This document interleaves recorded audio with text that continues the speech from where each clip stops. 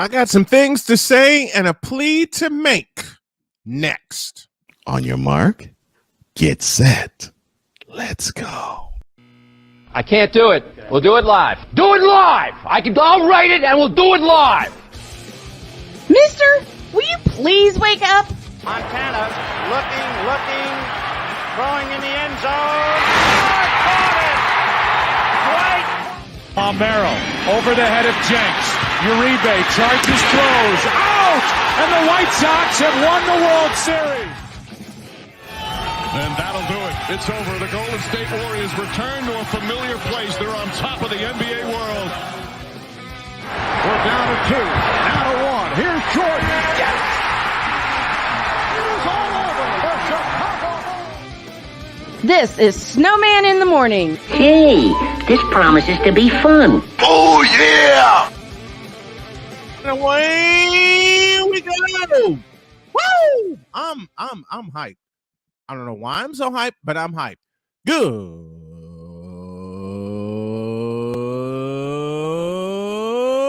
morning. Welcome to the fabulous, fantastic football Friday edition of Snowman in the Morning. Glad to have y'all with us. Let me make an adjustment here. Hold on.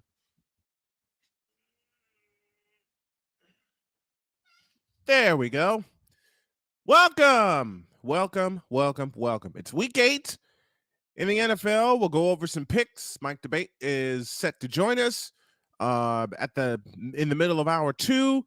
Sam Shady at the bottom of hour 1. And of course, it's Friday, so you know Chris Bass is going to be in the house with us. That'll come at the bottom of hour 2. But first, good morning, Victor. Victor's the first one in. I expect more to follow. But first, we do a little something called the Whip Around, presented by Fanatics.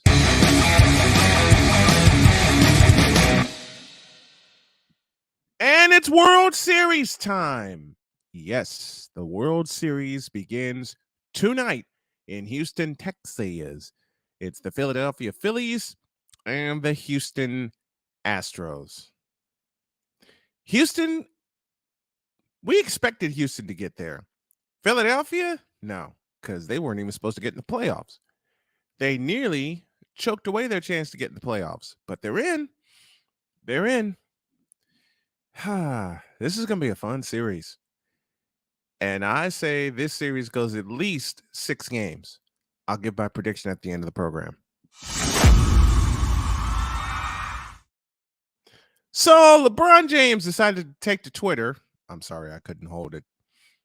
And say something to the tune of, how long are you going to take me for granted? Damn. Why are you going to give me a lob like that? More on that later. Stephen Curry and the Warriors beat the Miami Heat last night. That final was 123-110. And my partner, who I'm awaiting, sent me something. What did he send me? He sent me something that gotta do it right. My partner, who I love very dearly, sent me a post from a group called Real NBA NFL Talk.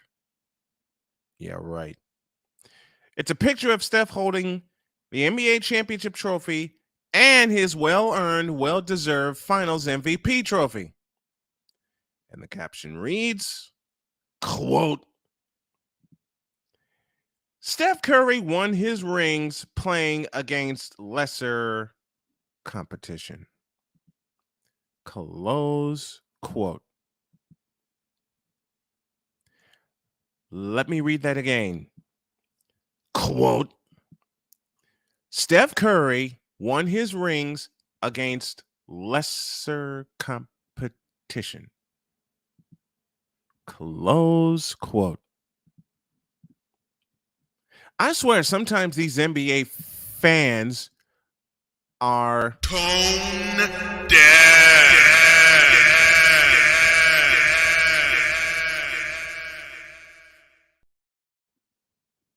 some other times I think, Cocaine's a hell of a drug. and in response to that particular caption, Bitch, are you for real? and You for real? Right. and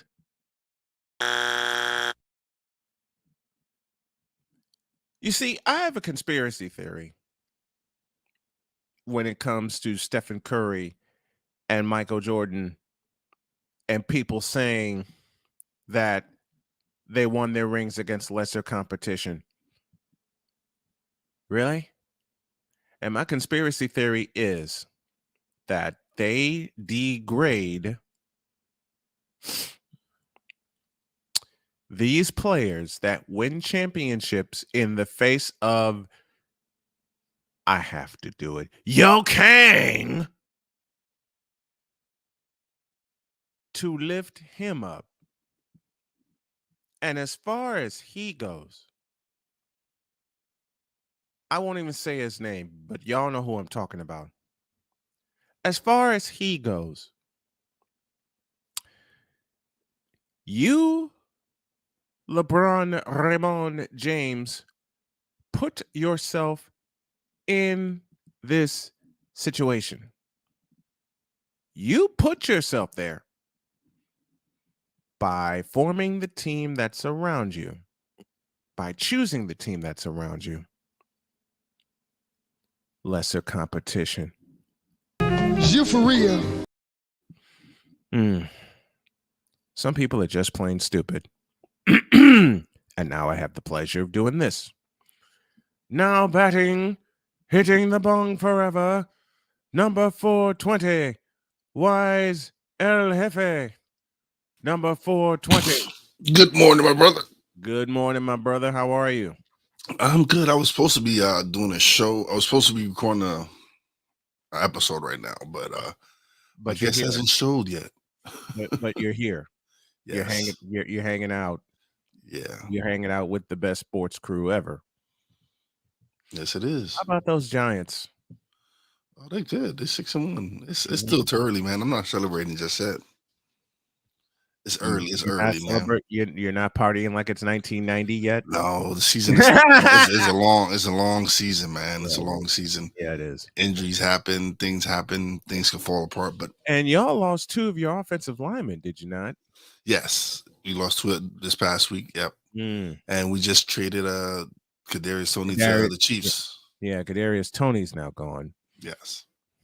Like you said, anything can happen. Just ask the Los Angeles Rams.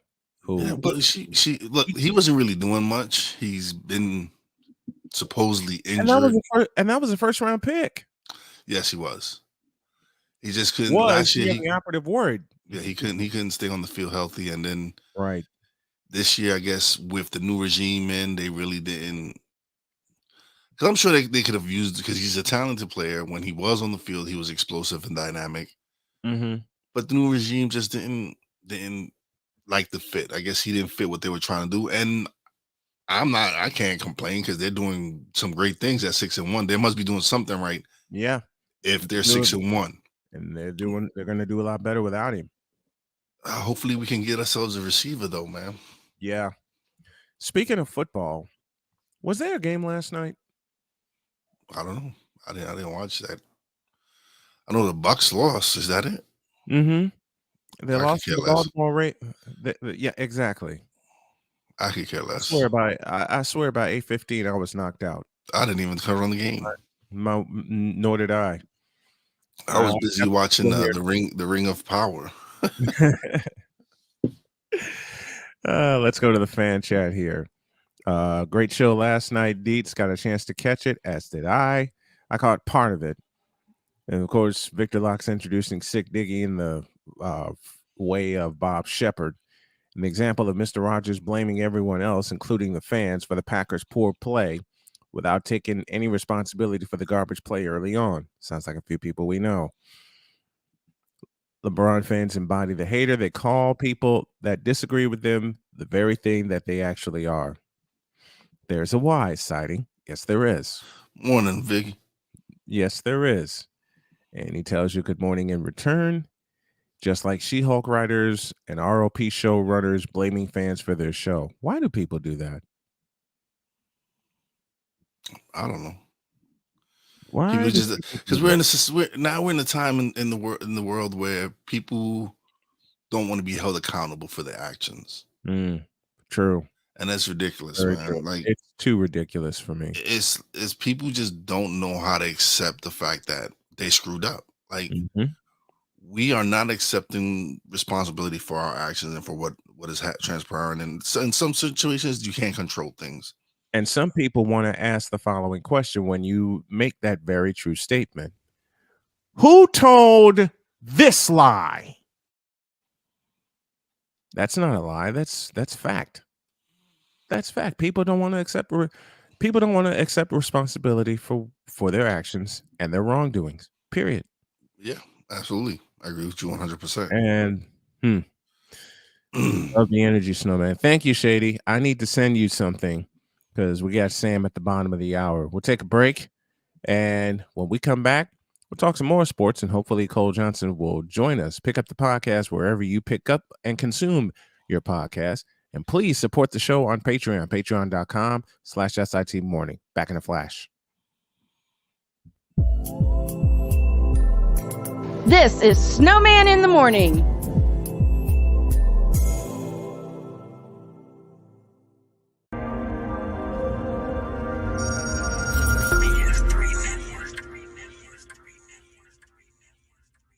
BS3 Network, changing the way you watch TV.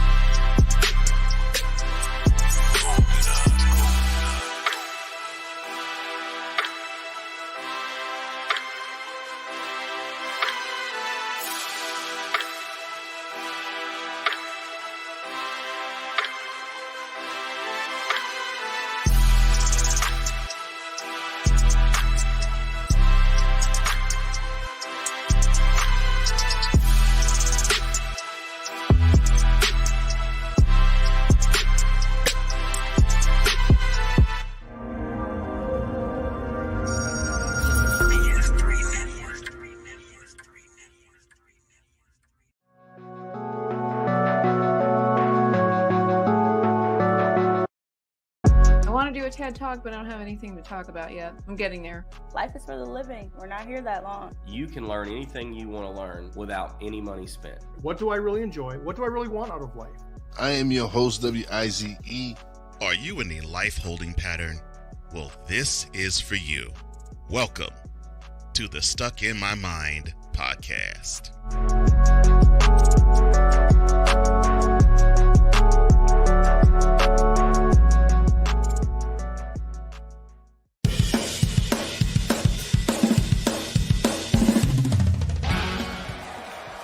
For Steph Curry, Tim Anderson, Jordan Alvarez, and it's caught. Deebo Samuel with the catch. Michael Jordan can sense. The throw just got the king. BS3 Network. The hottest of hot takes. The coldest of cold hard facts.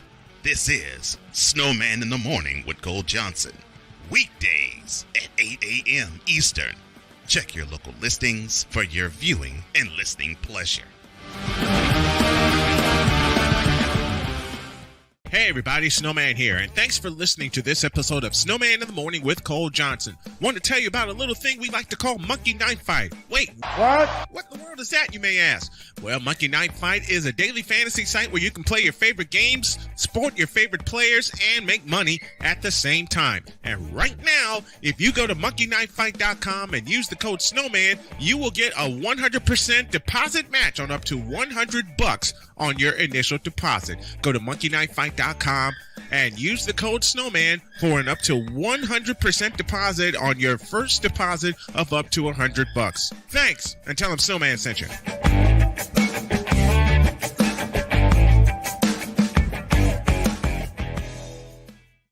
Mister, how do you operate this Twitter thing or this Instagram thing or whatever the heck?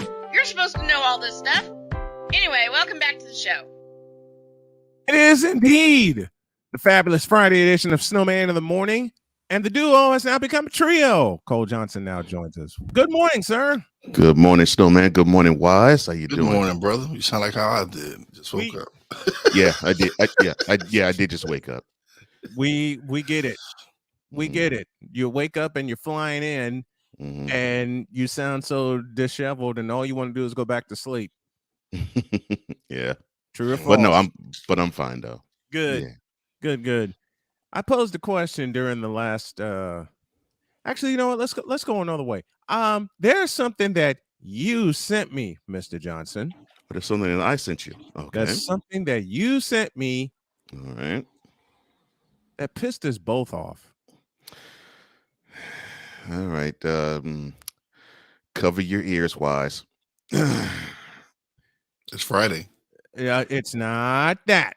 No, it's not. It's somewhat that, but it's not fully that. Mm-hmm. Go ahead. Because what you sent me, I touched on in the whip around briefly. Yeah. I sent over a picture.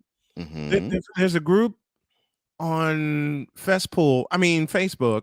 That's cesspool. Real NBA NFL talk. Oh, he sent me that. He sent me a part of that group. Oh yeah, I did send you that. Yeah. Yes, he did. And there's a caption in front of a champion or above a champion that says, "Open it." All right. Yeah, it's no problem.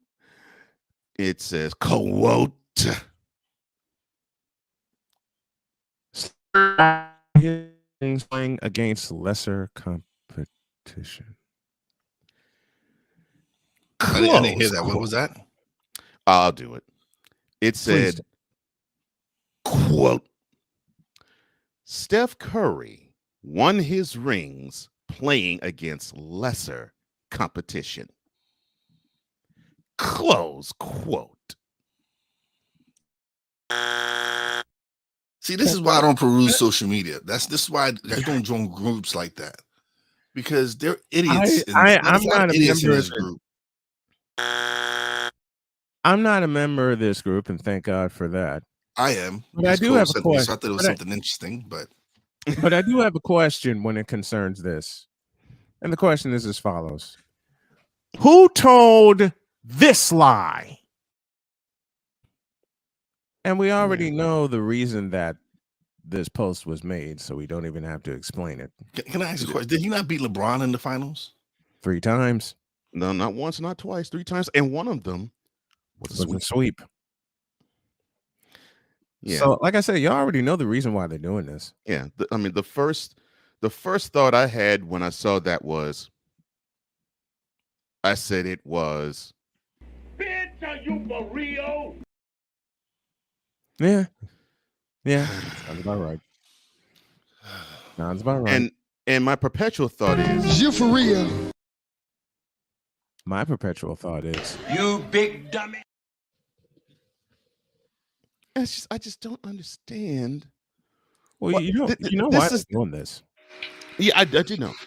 This is the prime example of why you all see what I do on Wednesday and why I created Brown Session Confessions. Yes. The hatred this group has and the disrespect this group has for other talents that are either playing today or that played before him.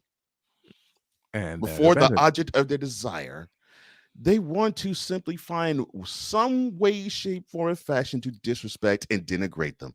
And that gets under my skin. Same. Why are you going to hate on a guy who has as many rings as the object of your affection? Yes. As the object of your affection. I had to do that. I know.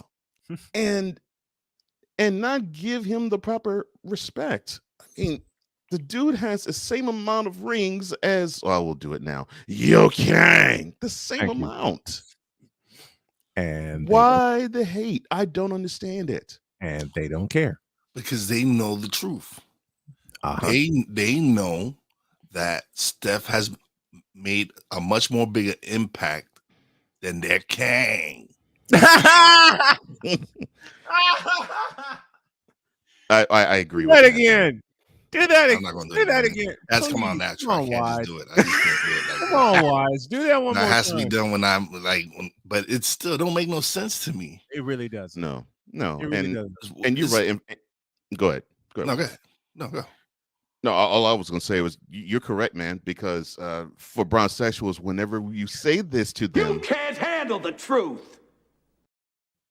Sometimes you just want to tell them, Behave yourselves. Oh, that's a new one. Yeah. I found that by accident, but it works. Sometimes you just want to treat them like children and tell them, behave yourselves.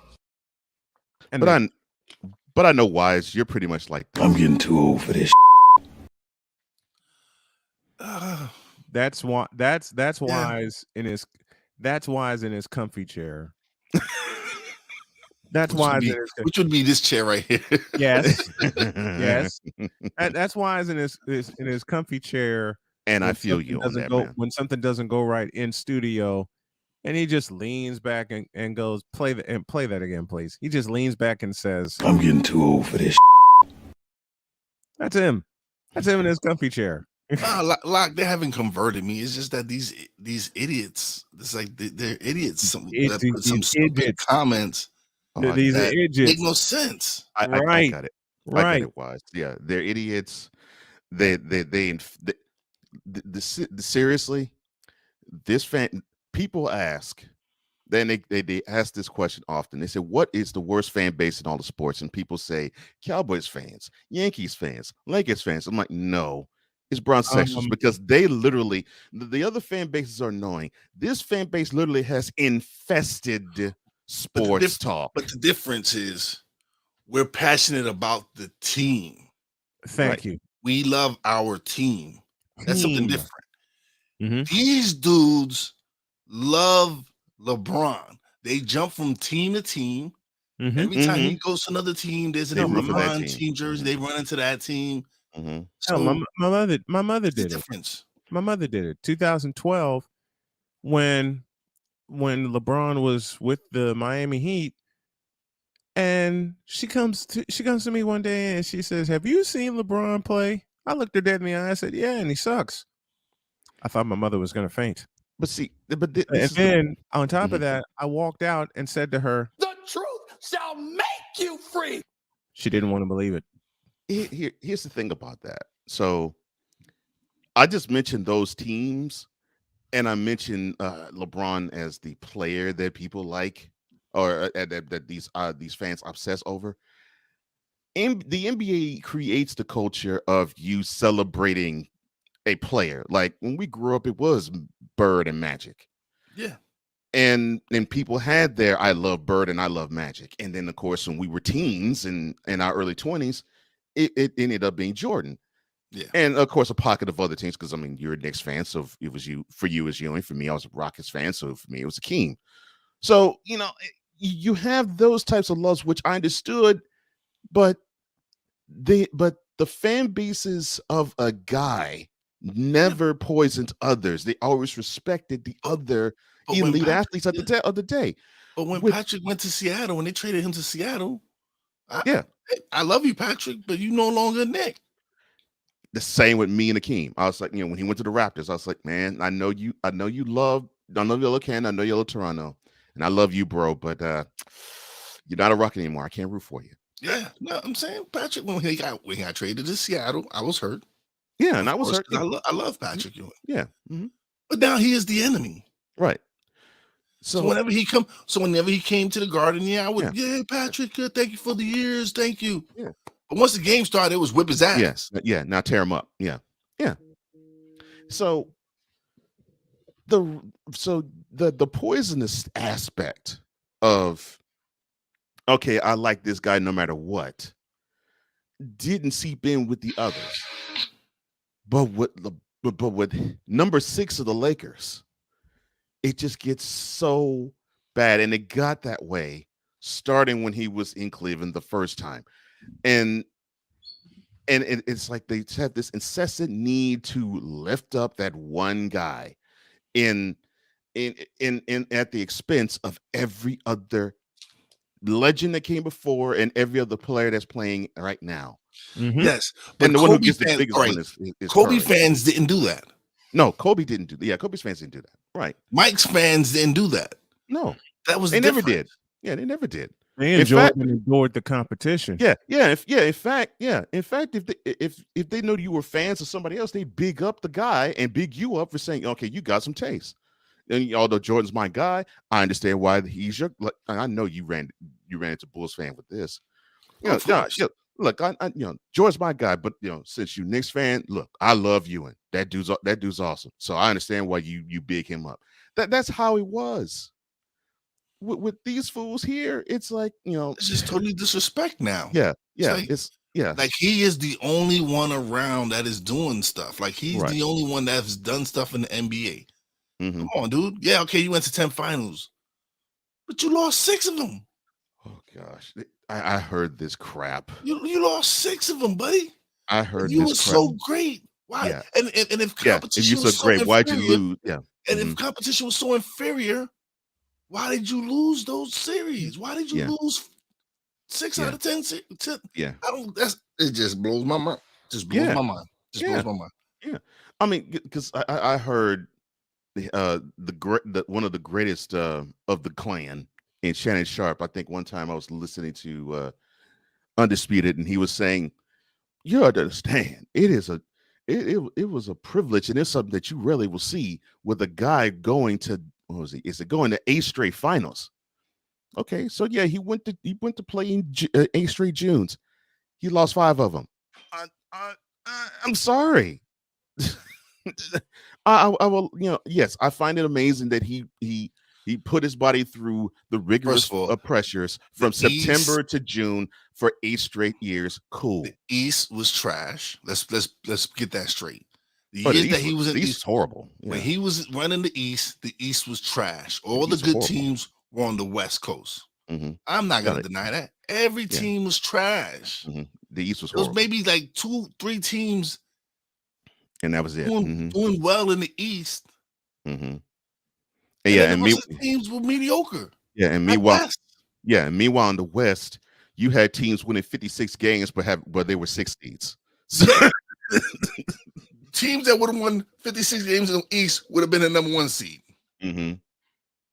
Oh my gosh. So let's come on. Y'all dudes out there gotta do better because this is ridiculous, man. Stop. Get the joystick out your mouth. Get the joystick out your mouth and just be serious. Be realist. Come on. I'm a Yankee fan and I expect us to win every year, but I know we're not going to win every year. I knew we weren't going to win this year because there was deficiencies on our team. And I'm the same way. I'm being the Howard Craftsman fan. I'm the same way. But I'm the same way. But let's understand this. Let's understand that. There are some teams in the West that Steph didn't have an easy trip to the West. No. And I think they forget that. I think they totally forget that. It's like, you want to say that the team was stacked and all that type of mess. I'm like, you saw those teams that he ran through in the West? He ran through Durant and Russ. Yeah. He went through Harden and whoever he had in Houston. He went through the Lakers. He went through Denver. He's every team that right now that has star players that and had to go through the Kawhi Leonard led Spurs. So I mean he's gone through the gauntlet with many of these teams and has survived it. And instead of celebrating this talent, you want to poo-poo it because he simply isn't 6'9", 260, and isn't brown skin and doesn't leap out the gym. No, because they're a bunch of yeah, shut it, Junebug. dick riders. Let's put it there. Let's put it this. It's just a bunch of dick riders. That's all they are. That's all they are. Quick announcement. Okay. Quick announcement. 10:05 this morning. I'll be joined by the voice of the Colts, Matt Taylor. Awesome, bro. Dope. Just got that confirmation. Okay. Nice, man. All right. Someone we need to welcome. Yes, we do. And let me find it. I will welcome him this way.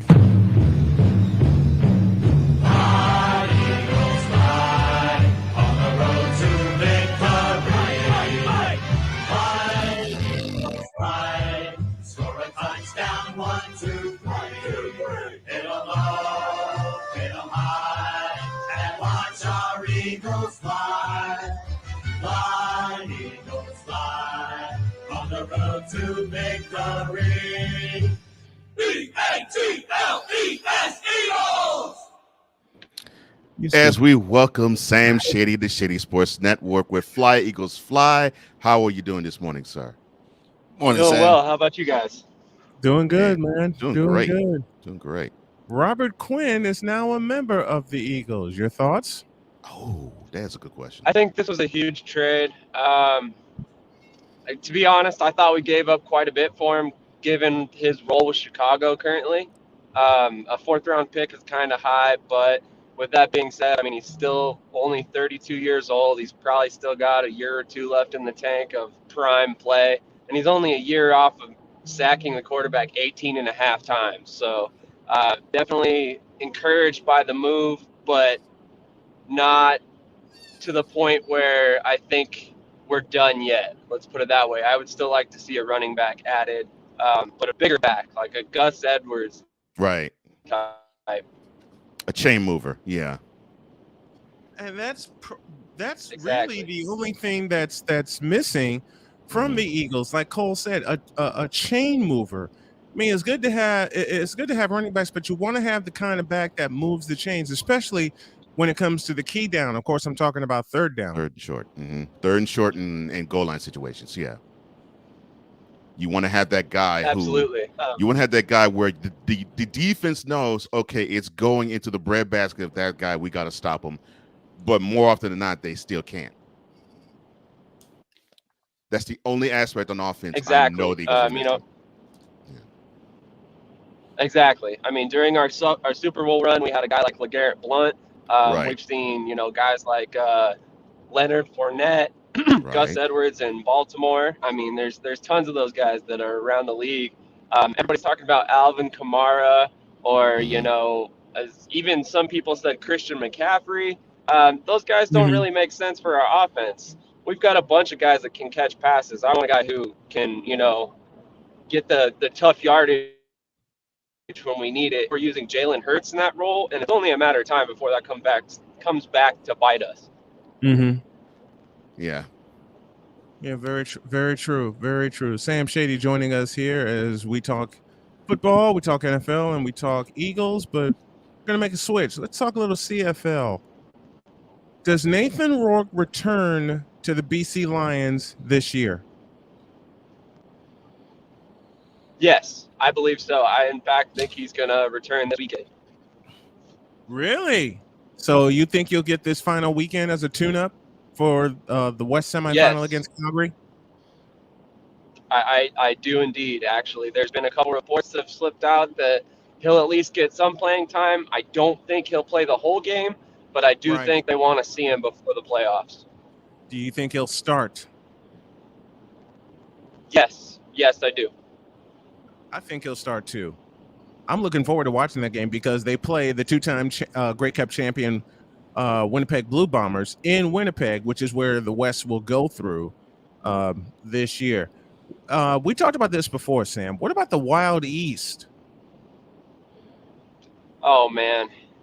I don't even know. Other than Toronto, there's really no team on that side of the division the league that really set themselves apart, and it'll be really interesting to see how the playoffs shake out in the Eastern Division.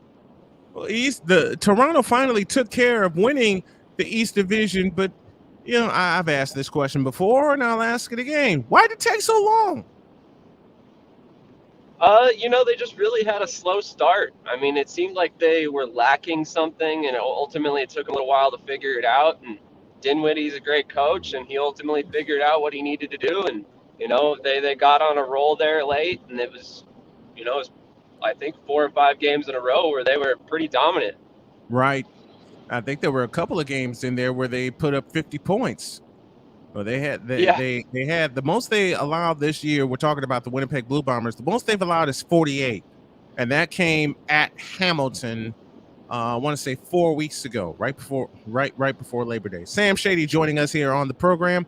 Let's get back to the NFL, and your Eagles, coming off of a bye, play the Pittsburgh Steelers. I want to say this is a trap game for Philadelphia, especially with them coming off of a bye.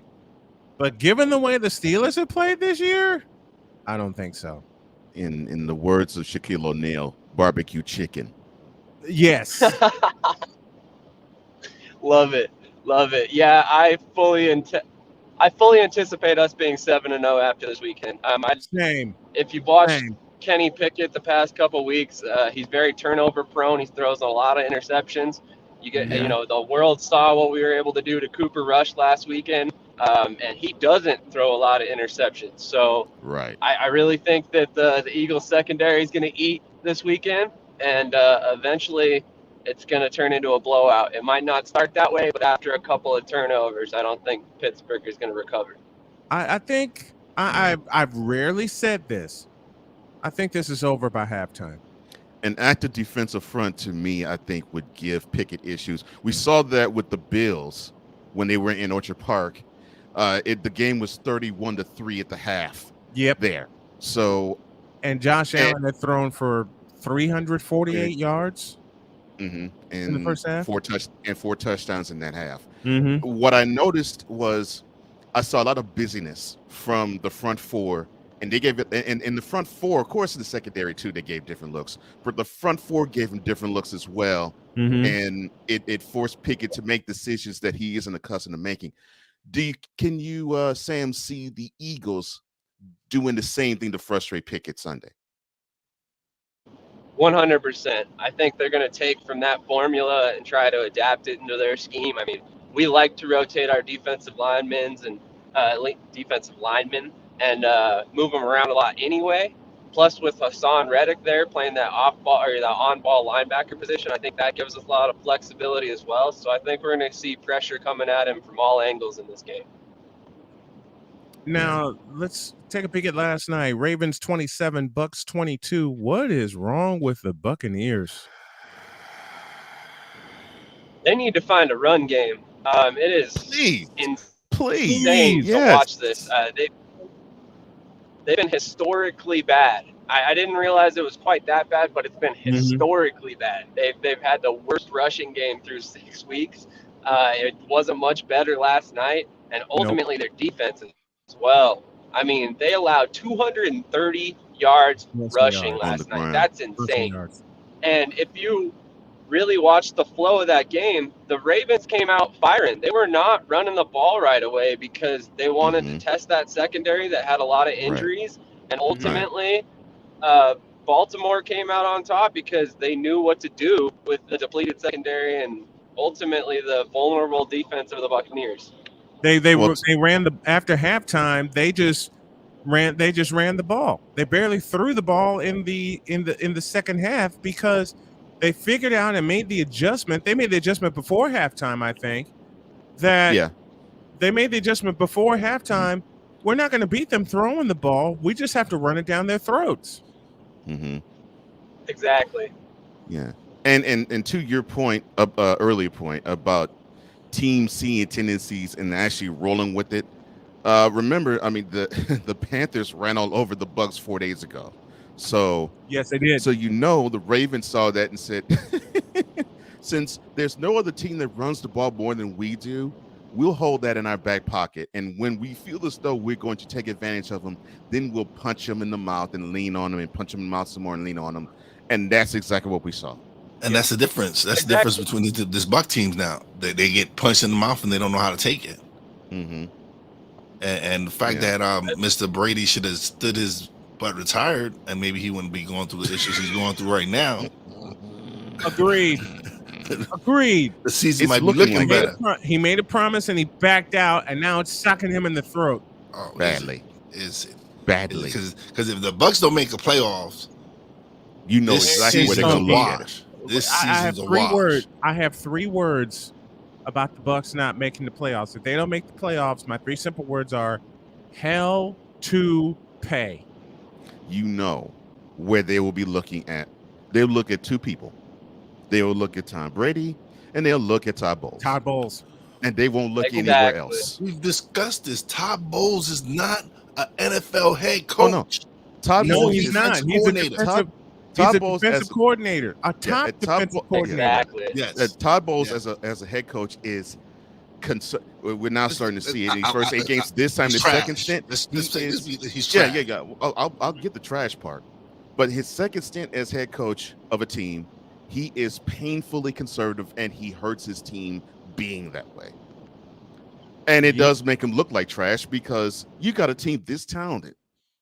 This isn't the Jets now. You have a team this talented, and you mean tell me almost the first half of the first year of your second stint of this talented team that a year before, that just 1 year removed, won a championship because you were the defensive coordinator of the same team, and you got the guy who's won 1 of those 7 that he's got, you only managed to win 3 out of 8. And the teams that you played against, Steelers, Panthers, the Packers, who are on great shakes now, they all beat you. You mean to tell me that this team is talented as it is? And they went and they beat should be Dallas. 6-2. They're 3-5. And beat Dallas. The first game of the season, they beat Dallas. They beat down Dallas. That's what boggles my mind. They beat down Dallas. That is what boggles my mind. 19-3. They beat them 19-3. Held them to a field goal. Mm-hmm. They held them to a field goal. And then this happens. They've fallen off a cliff. That's a very good way of putting it. Sam Shady joining us on Friday as he does to discuss all things football. Good luck to your Eagles. I hope they beat down the Steelers this weekend. Same here. Same here. Yeah, I do too because I want my manager on her vacation feeling horrible. I know some Steelers fans that need to get punched in the mouth. Sam, thank you, brother. We love you. Check out the Shady Sports Network if you haven't already. Great football news comes from him, and then he brings it to us. Thank you, Sam. Appreciate you, brother. Thank you, Sam. Absolutely. You, have a great weekend, guys. I'll see you next week. See you next week, man. See you Saturday. And yeah, everyone's got a. Mike Tyson said it best. Quote: "Everyone's got a plan until you punch them in the mouth." Close quote. That is. Open it. I'll say it again correctly. Open it. Because he was correct when he said that. Quote. Everyone's got a plan until you punch them in the mouth. Can you say it like Mike, though? Close quote. No, because I have all my teeth. Okay. Lord have mercy. I have all my teeth, so I can't do a Mike Tyson impression. Even though I do have a bit of a lisp, thanks to my dad, I can't say it the way that he would say it. Brady won't get it. Now you know why that was ludicrous. You know that. Oh wow! I love this. Brady won't get a glory this season since Giselle left with his nuts. No nuts, no glory. Yes, I said it. All the way from Norway. Didn't the Ghetto Boys do a song with that title? Yes. No nuts, no glory. Yeah, I thought so. Yeah, it led into. I have to get the instrumental to that. Yeah, and on that album, it led into the song 6 Feet Deep. Yep. I love that song too. Actually, that's a really good song. I may have to get the instrumental to that. Remember when the Seahawks that went 7-9 and made the playoffs because of the division? Yes. No, and then Beast Mode destroyed the Saints, all 11 of them. Yeah. Mm-hmm. Beast mode, beast mode, beast mode. Mm-hmm. And that blew the roof off of Oh Seattle. my gosh. Blew the if the Kingdom were alive, it would be dead after Beast Mode's run. Oh my God. That's when I knew. I was like, whoever built that stadium, they did a great job because oh my gosh, through the There was TV, you an can hear how earthquake. loud it is. Yeah. There was an earth, and I say the same thing about T-Mobile Park, Mhm. especially after Oh God, Cal they're so Raleigh's walk-off home run. they're so rabid there. I mean, which leads to a conversation we had earlier in the week. Mm-hmm. In a simple sentence, bring back the Seahawks, the No, Supersonics. I'm half asleep. No, Bring it's back okay. the Supersonics, please. Yeah, because that fan base, Please. man, deserves it. That city deserves it. Mm-hmm. And that fan base who actually just simply roots for the Supersonics, they deserve it too. Yep. And I say this, being Go that I ahead. root for a team that had trouble running up against the Supersonics. Yeah. You would think I would be glad that team doesn't exist. No.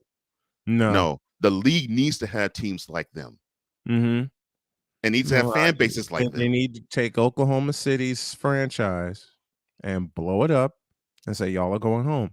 Here's Rick Riz in the postseason clinch walk-off of Cal Raleigh's home run.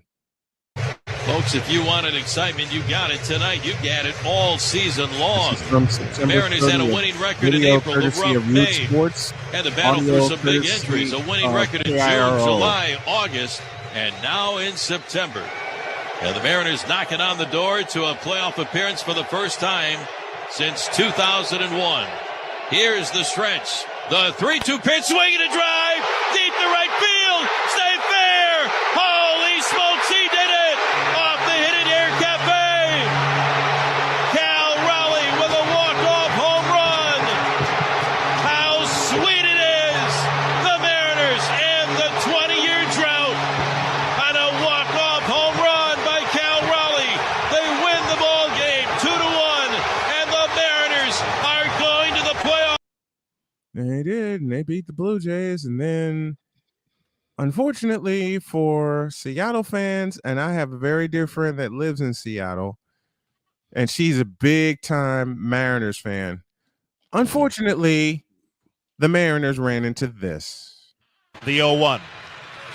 And Alvarez belts it deep to right field. Distant by. Unbelievable. The Astros a walk-off win. Yordan Alvarez, a walk-off 3-run homer. And the Astros stun the Mariners in Game 1 of the division series. That was just the division series. That's of course Robert Ford, lead announcer for the Houston Astros. Fabulous announcer. The voice you heard before that was Rick Riz, longtime radio voice of the Seattle Mariners. And if I can find Dave Sims's call of that walk-off home run from Cal Raleigh, I will have it in the rotation before we get out of here today. But Sam had a great comment. Nothing better than a good announcer. Gives me chills to hear calls like that.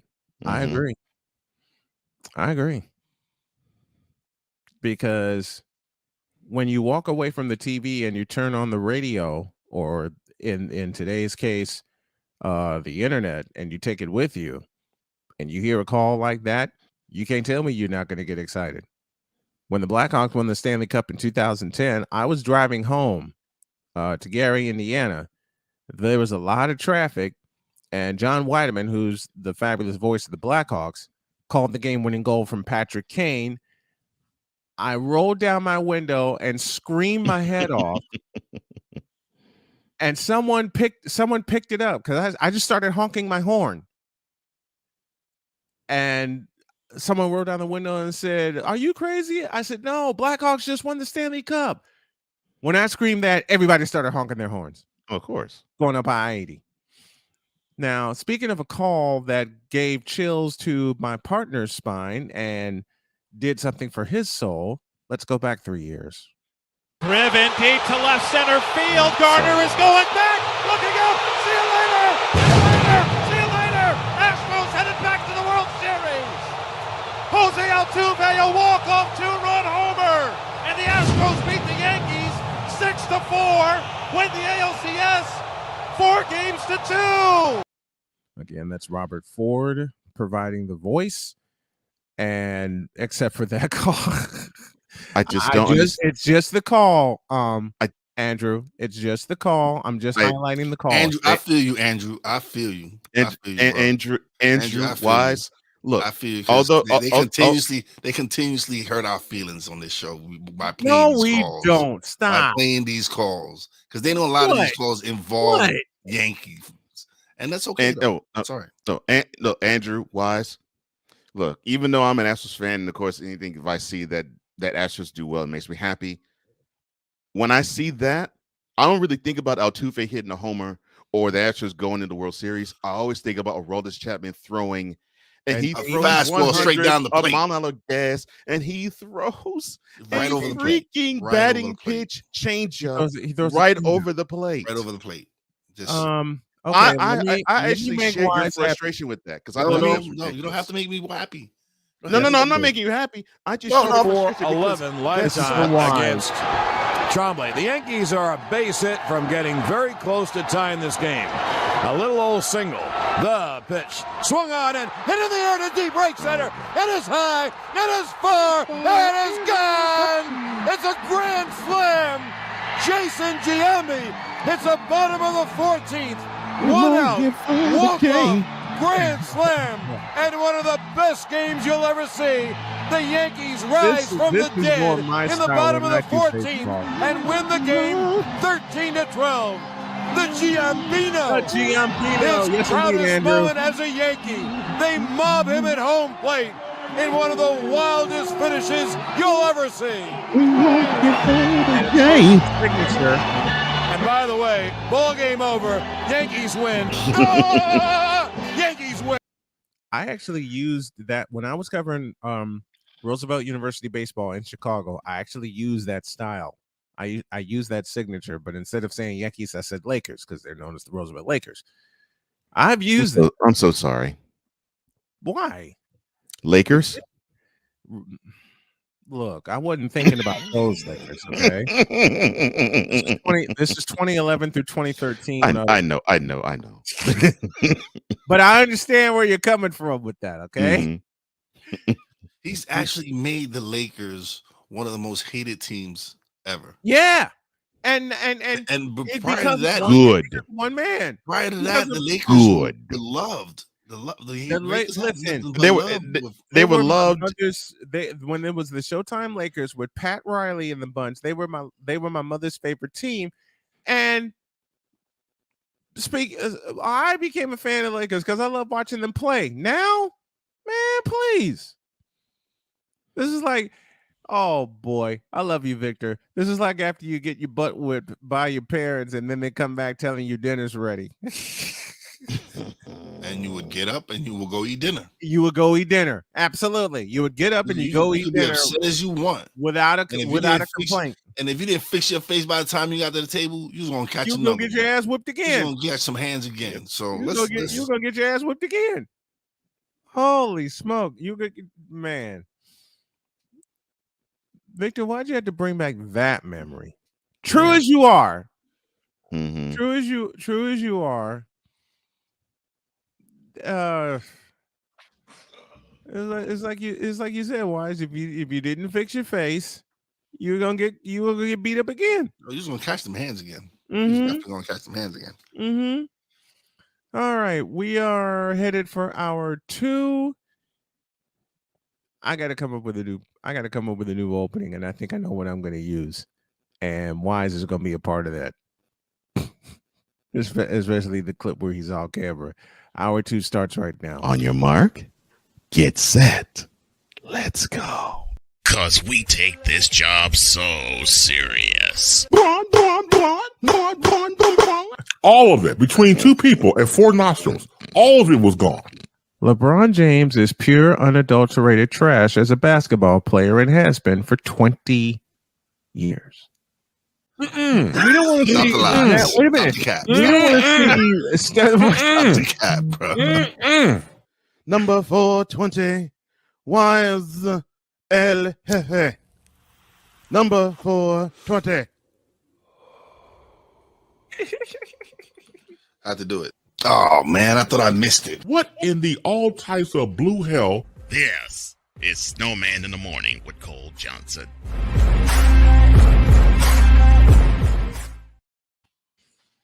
With Wise and with Cole, who's off camera, but we will have him back soon. Snowman here as we start hour 2. And I'm just waiting for the day where we can use this. Moan him! Oh my god. You're not awake yet, are you? Oh, I'm up. You sure? Yeah.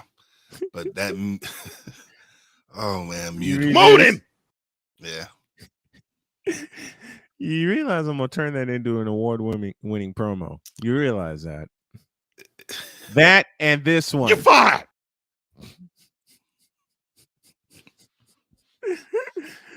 Oh, an evil genius. Oh, but tonight, don't forget, we got the Revelations, the panel show tonight. Yes. 8 p.m. Catch me and 8 o'clock Eastern 5 time. 5 other great panelists. And we'll be discussing men versus women. Discussing, I think, is the word you wanted to say. I did say it afterwards. Yes, it came out right the second time. But see, Hey, that warrants this. Moan him!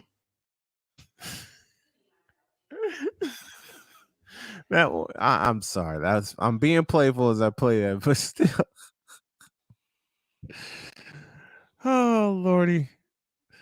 I'm updating the podcast today. I have to put something up here.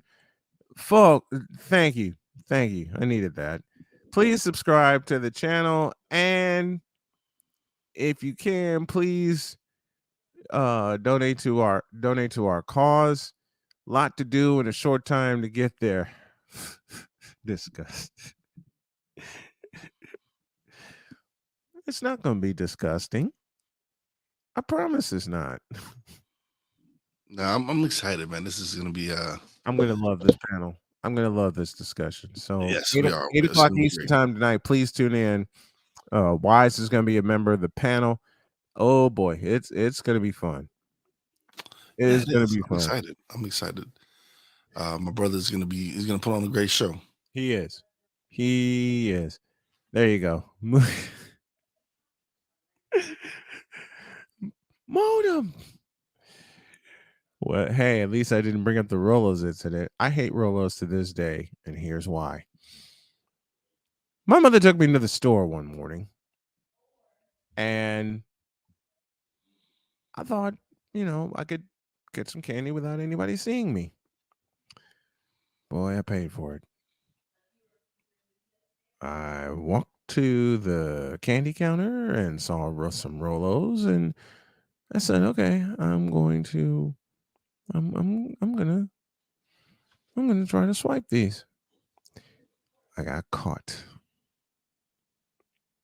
And when my mother found out, I got not one, but 2 sets of hands. First, my mother. Then I was forced to watch television downstairs. I couldn't escape upstairs. And then my father walked in the house. And it was over. Never liked Rolos since then. I've never been a real Rolos fan. Never really. I'm more of a baby. I'm more of a baby. I don't like Rolos. Now you know why I don't like Rolos. I got beat up for giving my best friend some Rolos, not knowing why. That's a lie, Victor. You knew why. Well, he knew why afterwards. He knew why afterwards. Oh man, football this weekend. Awaiting Ben Sutter to come onto the panel. And why do they get a break and play the Bears? Eventually, everybody's got to play. Everybody's got to play somebody eventually. But the Cowboys get a break. So did everybody else. We got a break. Playing who? The Bears. True. But y'all should have buried them. No, because we're not that kind of offense. And the Bears defense isn't that bad. Their offense is what sucks. You should have shut them out. At the very least. They had a good game. Listen, I don't, regardless of what people say, everybody on that field are professionals. I'm saying they wouldn't be in the NFL if they didn't have some sort of talent. So I can't really say that. Mm-hmm. Yes, the 49ers did play the Bears. And we lost in a monsoon. They did. 19-10. Well, we're gonna win. We're gonna win this weekend. Okay, hopefully, because y'all looking kind of suspect right now. We'll get it together. I don't know. We'll get it together. All right. I'll ask this. I'll ask this question to you, man. I would love to ask this to your wife. How confident do you feel about Sam Ellinger leading the Colts? Moot him. That's how you feel. Does that answer your question? Hold on. He can't be playing as bad as Matt Ryan has been playing. It's not like Matt Ryan has been lighting it up. Will you please pose your question again, Cole? Okay. How comfortable do you feel about Sam Ellinger being the leader of the Colts offense? Moot him! Moot him! Does that answer your question? Oh my! But I get what you're saying, Wise. It couldn't be any worse than Matt Ryan. I understand. Maybe he pulls off a Taylor Heineke.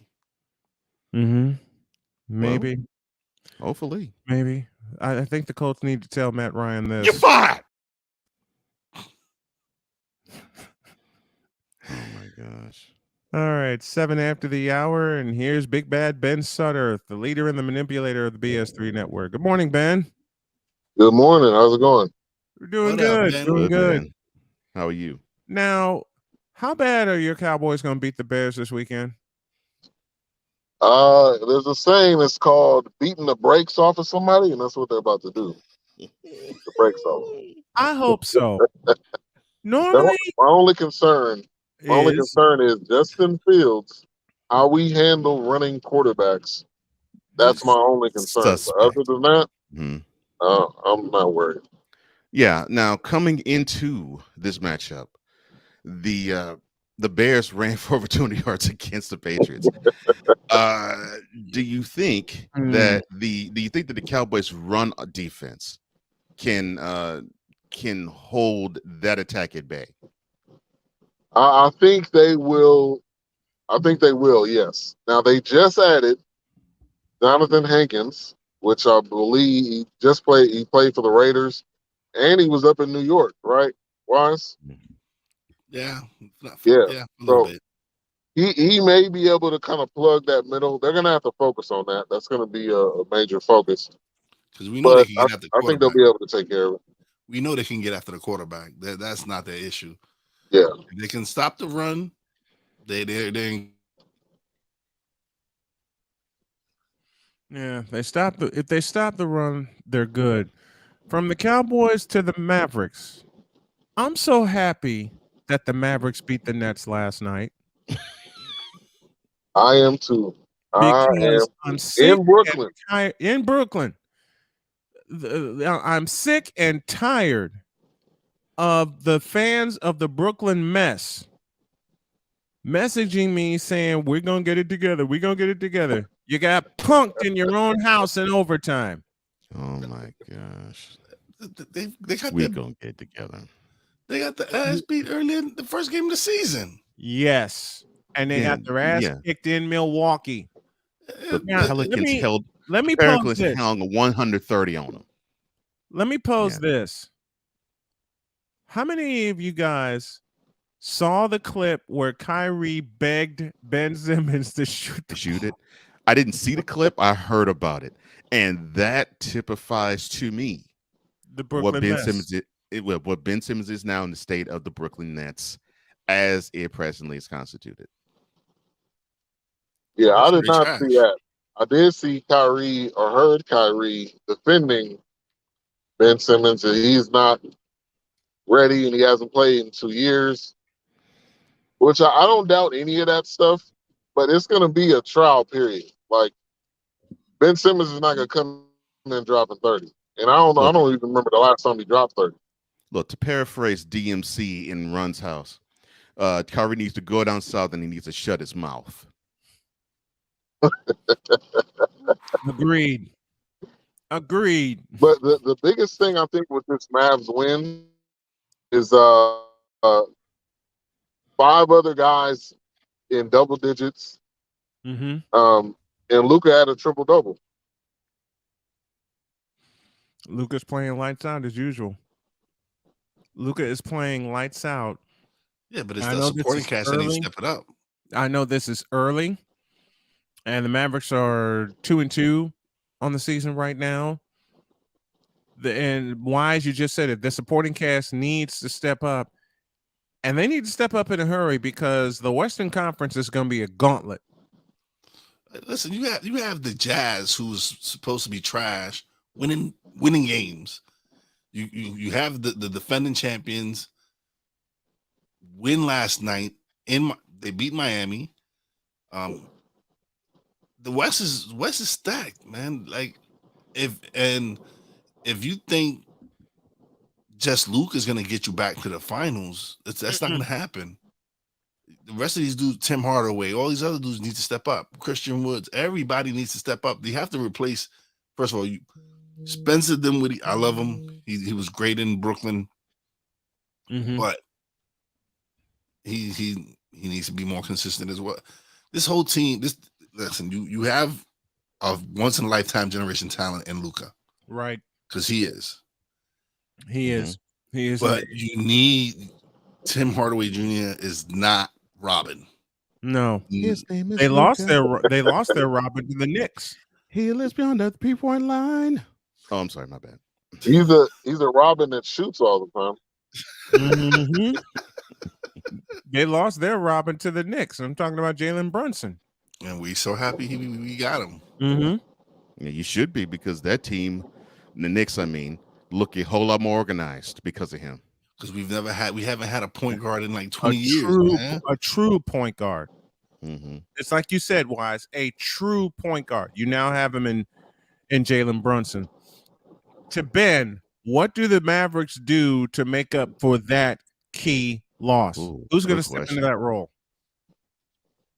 Well, it's going to be a team effort. I don't think it's going to be one particular person. And like what they did against Brooklyn, and I apologize if it's a bad connection. It's raining here in Dallas, but it's going to be a team effort. So you're going to have to get double-digit points from Josh Green. You're going to have to get double-digit points from Hardaway, from Dorian Finney-Smith, from Kleber.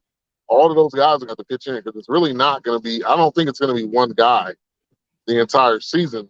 But I think Christian Wood was a great pickup, though, for sure. He's gonna have to do what he did in the first couple games.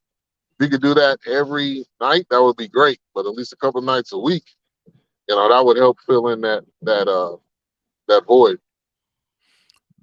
Ben Sutter joining us here on the program, talking all Dallas sports. All right, give me a prediction for your score this weekend between the Bears and the Cowboys. I'm gonna go 31-14. I think Dak's gonna have a real bounce back performance. Last week he was a little rusty. I think this week he'll be coming back even harder. And so I'm gonna say 31-14. Is Zeke playing? Yeah.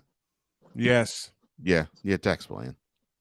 Well, Zeke. I'm talking about Zeke. Oh, Zeke. It is, Zeke it's being reported that he is not going to play. It's doubtful, but I mean Pollard's going to get touches. And then they're probably going to have they're probably going to have Rico Dabble, I'm assuming, which is like the third string. So we'll see. But Pollard will be ready. That's one thing I do know. He is ready every single game. Well, we will find out. We certainly will find out. Thank you, Ben, for joining us. Appreciate the time. Yeah, no problem. Love you, brother. Thank you. All right. Thank you, man. A break, and then we'll do some picks. God help us. God help us. Oh, Okay, I didn't push that button. Thank God. Oh, but I'm gonna push this button. All right. A break. When we come back, we'll do some picks. Then it's base time. Second hour, Snowman. This is Snowman in the Morning.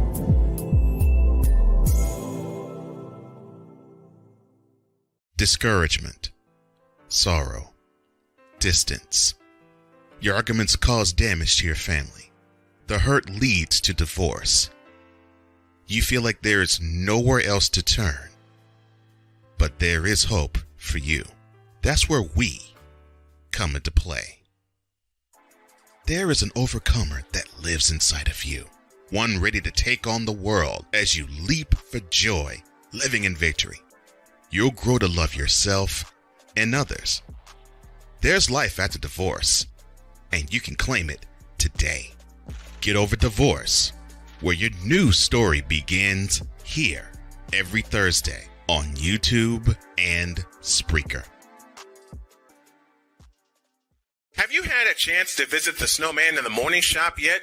You haven't? Then what are you waiting for? Go to officialsitmorn.com, check out the shop when you type in the word shop, and you'll see things like, a coffee mug that's available, a sweatshirt, a t-shirt, and a whole lot more. And while you're buying items from the Snowman in the Morning shop, you can support the Snow Strong Carolina mission. We got a lot to do and a short time to get there. Go to officialsitmorn.com/shop, check out all of the gear, and wear the same gear that the crew wears. And when you're doing that, tell them Snowman sent you.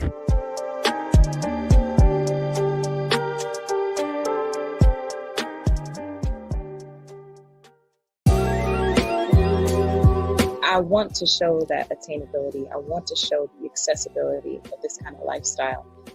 From social media to having conversations with friends and family, you always have to put on face and say face. What brings a smile to my face is the one person that totally believes in me, and that's my beautiful wife, Jody. I just had to stop because I didn't value myself. I didn't love myself. And it's like, I have to learn to love myself. Changing the world one conversation at a time. This is Revelations.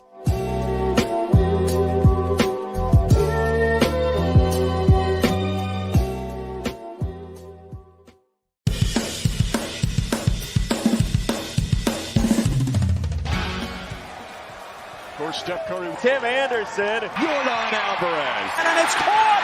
Debo Samuel with the catch. Michael Jordan can sense. The Fro just got the king. BS3 Network. The hottest of hot takes. The coldest of cold hard facts. This is Snowman in the Morning with Cole Johnson. Weekdays at 8 a.m. Eastern. Check your local listings for your viewing and listening pleasure. Because we take this job so serious. What in the all types of blue hell? This is Snowman in the Morning with Cole Johnson.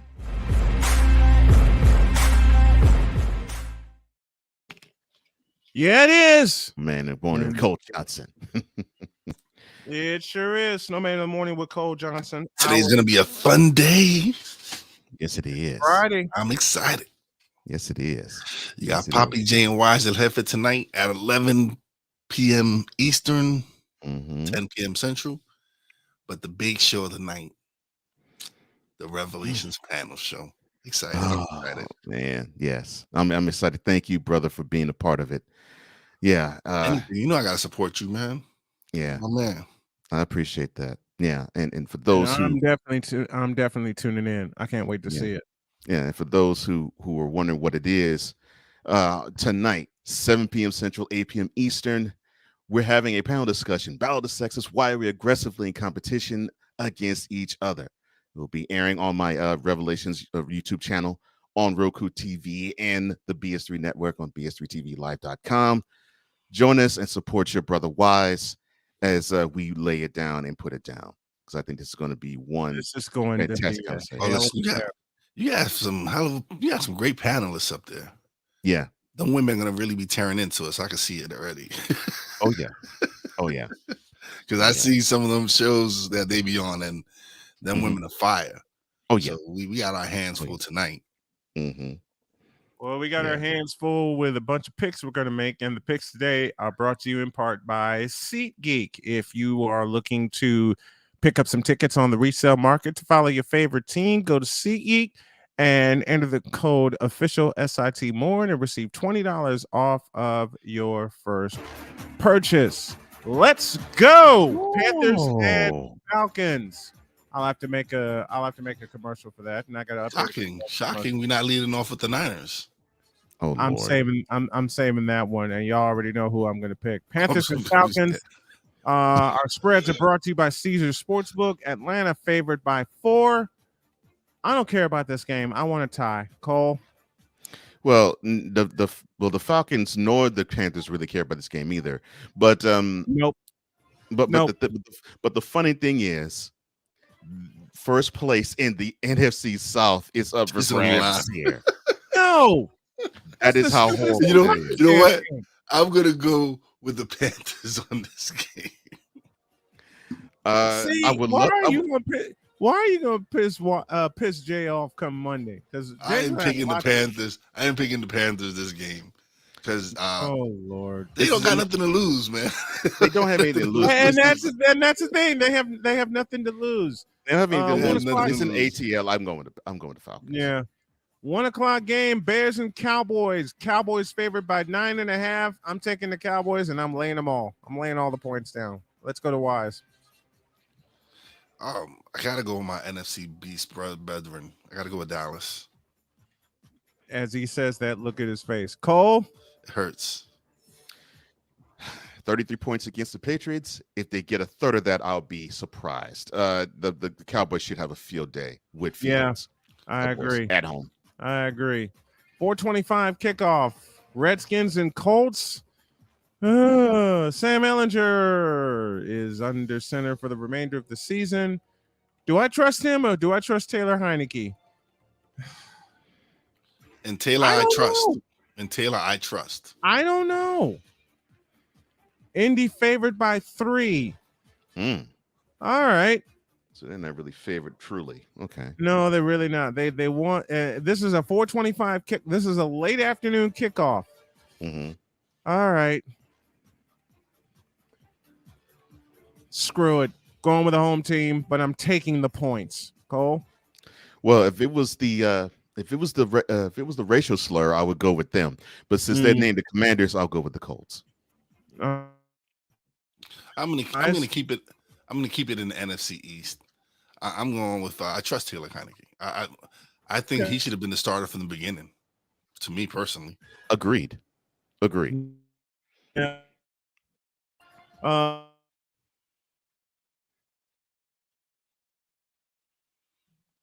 Bye week. By 1.5. Good. Taking the 49ers and I'm laying the points. Cole. The 49ers have the Rams number. Yes. I just don't think McCaffrey has enough in his tank and has enough in the system with the 49ers that they run now to where he could be a difference maker. Because if he was there for a while, I would say that this would be problematic for the Rams because the running game is what gives them problems and a physical team is what gives them problems. True. Unfortunately, I see them as decimated, especially on defense. The Rams slightly, and I grimace when I say it. I know you do. Wise? Oh, I had a video I was supposed to send you, man. It was the funniest video. Oh, but anyway, boy. I'll save that. It was talking about the CMC trade to the 49ers. But anyway, it's a hard pick, man, because the Rams are sucking balls right now. They are. I love you, Wise. They sucking balls. They're horrible. They are. If the 49ers were healthier, I would definitely say 49ers. True. And we're still decimated by injuries. That's the only thing that's keeping the 49ers behind is that their injuries. Because Eric Armstead's yet to play this season. Right. I just think they have the Rams number because they were decimated in injuries in 2020 and they beat the Rams twice. True. Yeah, but I think I think the what is that saying? The sun shines on the dog's ass. The sun shines on dogs behind sometimes. Yes. Yeah, I'm gonna go with the Rams. All right, Broncos and Jaguars. Who cares? Dolphins and Lions. Who cares? Cardinals and Vikings. 1:00 kickoff. The Vikings are 5-1. How the hell did that happen? They go. They make it. Minnesota's favored by 3.5. Again, our spread brought to you by Caesar Sportsbook. Is it in Minnesota? It is at US Bank Stadium. Yeah, I'm going with Minnesota. Where the birds fly into the window. I'm going with the Vikings, and I'm laying the points. Wise is doing the same thing. Cole, what's your pick? Well, since this is a primetime game, normally Cousins does. Oh man, I forgot about that. He does. Oh Lord! No! I'm just joking. It's not. It's a 1 p.m. Eastern kickoff, and since nobody's going to know that they're playing, that's when Cousins does his best. The Vikings will be 6-1. Raiders and Saints from the Superdome. And Las Vegas is favored by 1.5. I'll go with it. I'll go with the Raiders, and I'm taking the points. Wise? Oh man, this is challenging because these two teams were supposed to be better than what they're playing. True, very true. I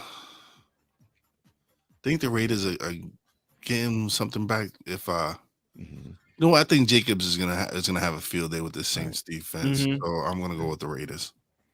And you make it unanimous? You took the words right out of my mouth, Wise.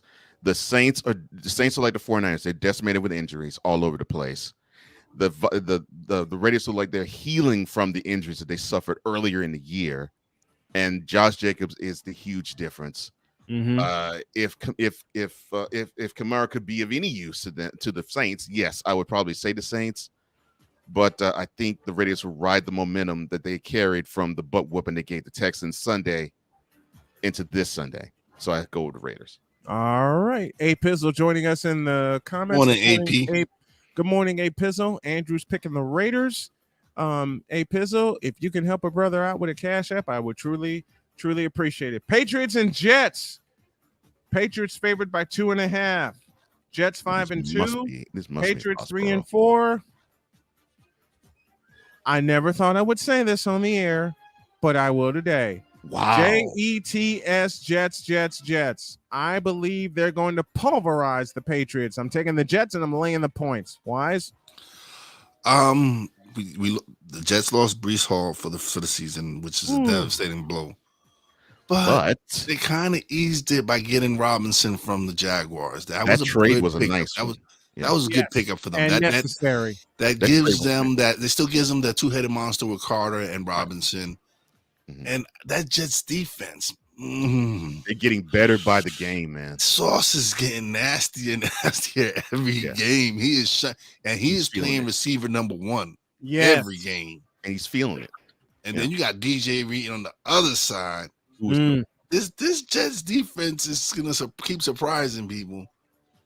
They did suffer some losses, man. That losing that lineman was big. It's big for them, man. He was their best lineman this year.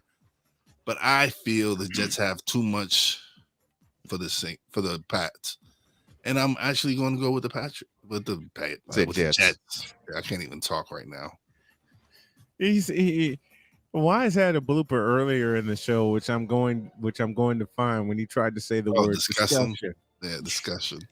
Discussion came out. I'll cut it and send it later. Steelers and Eagles. I think it's unanimous. We're going with the Eagles. They're favored by 11. They're going to win by 20. Yeah, I'll be surprised if they don't win by that much. Seriously. Oh, and for the last pick, if you said the Patriots are favorite in this game and they're in the Meadowlands, that's disrespectful to the Jets. It is. It is. That alone makes me pick the Jets. Yeah, it does. All right. We're unanimous on the Eagles, Titans, and Texans. King Henry will run them over. Are we unanimous there? Yeah. The Texans are hot garbage. My team, they're hot garbage. And yes, King Henry owns the Texans, even Yeah, if he he's in does. Houston. We'll go to Seattle for a 4:25 kickoff. The Titans and Texans are at 4:05. You may as well bury it on pay-per-view TV because Derrick Henry is going to run them over. Yeah. Giants and Seahawks, 4:25 in Seattle. Yeah. The Seahawks are actually leading the West. The game Not anymore. The I'm game going of with the that Giants. time period. Seattle favored by 3. I'm going with the Giants, and I'm taking the points. I'm going with Big Blue. Wise? This is just totally disrespectful, man. They're gonna start putting some respect on my team's name. I agree. I don't care Totally if we're going agree. to Seattle. Listen, Lord have mercy. that defense is gonna get in Geno's behind. Ass. They're gonna go after Geno. They're gonna tear him up. They're gonna tear him up. We're gonna just really G-man all the way. Do you make it unanimous, Cole? Yeah. Look, I'm not the biggest fan of Geno, even though yes, I know Geno right now actually leads the league in completion percentage, and he's having a renaissance for a career, being the number one in Seattle. I just believe they're doing it with smoke and mirrors. I don't like the defense. Walker's having a good season. No. Appeared. Yeah, but besides Lockett and Walker, I really believe they're doing with smoke and mirrors because the offensive line normally is not the greatest of shakes, and the defense they're up and down. Like they'll give you the performance they did at home against the Cardinals one game, and then they'll allow 32 points to a disheveled Saints team in another. So it's like, to me, they're doing it smoke and mirrors. I think the Giants are too physical for the Seahawks. And yes, they'll go to Seattle. And I think, in my opinion, I think your Giants had this game earmarked before they went to Jacksonville. Yes. So yes, I think they have plenty of incentive because they want to test it. They want to test themselves out against a division leader. And I think they will come out of Seattle with a W. I want the Giants to punch Geno Smith in the mouth and kick him in the ass. And right. and I think that defensive line is going to get after Geno too. Let's go to Rich Stadium, Sunday Night Football. The Packers and the Bills. Bills favored by 11. You should have made it 20. I'm going with the Bills, and I'm laying the points. Aaron Rodgers is about to get embarrassed again. They're about to face a real D. They've played some real good Ds the last couple of weeks. Jets, Giants, they both have some good. But this Bills defense is something different, and this Bills offense of that, and this Bills offense is a juggernaut right now. The way they're rolling, I'm going with Buffalo. I think Josh Allen gets 4 Bills against the Packers. That's he did against the Steelers. I think he gets 4 Bills. That's where I see the issue. They can't stop that. They can't stop that Bills offense. Now, Mr. Ayahuasca can't win no games in October now. Yeah, he's going to now feel the brunt of what it's like for a team that doesn't pick up their play, because they're going to point it back at him and say, you haven't picked up yours, sir. And this game would be proof. Bills in a rout. Yes. And Monday night finishes it off with the Battle of Ohio. Bengals and Browns. Even though the Bengals are minus Jamar Chase, they're favored by 3. I'm taking the Bengals, and I'm laying the points. Yeah, they're missing Jamar Chase, but they got 2 other receivers there too. Yeah, they're not slouches. They were a 3-headed monster at receiver. So Jamar Chase is a big blow, but they still got 2 other receivers there, and a tight end there, and Joe Mixon. So and Joe Burrow is the man. He is the truth. So I'm definitely going with Cincinnati. Those are our picks presented by SeatGeek. Use the code official SIT Morn and save $20 on your initial purchase. As you scour the resale market, your tickets are vetted and for authenticity. Again, use the code official SIT Morn and you get $20 off of your first purchase. I'm going to turn that into a video. Cole's going to turn that into a commercial. And now we're going to turn this into a comedy hour. Push the button. Press that button. LJPN is sponsored by HoFacts. Before she hoe, and you gotta know, tell her to show me the HoFacts. Don't soil this program by putting crap on it.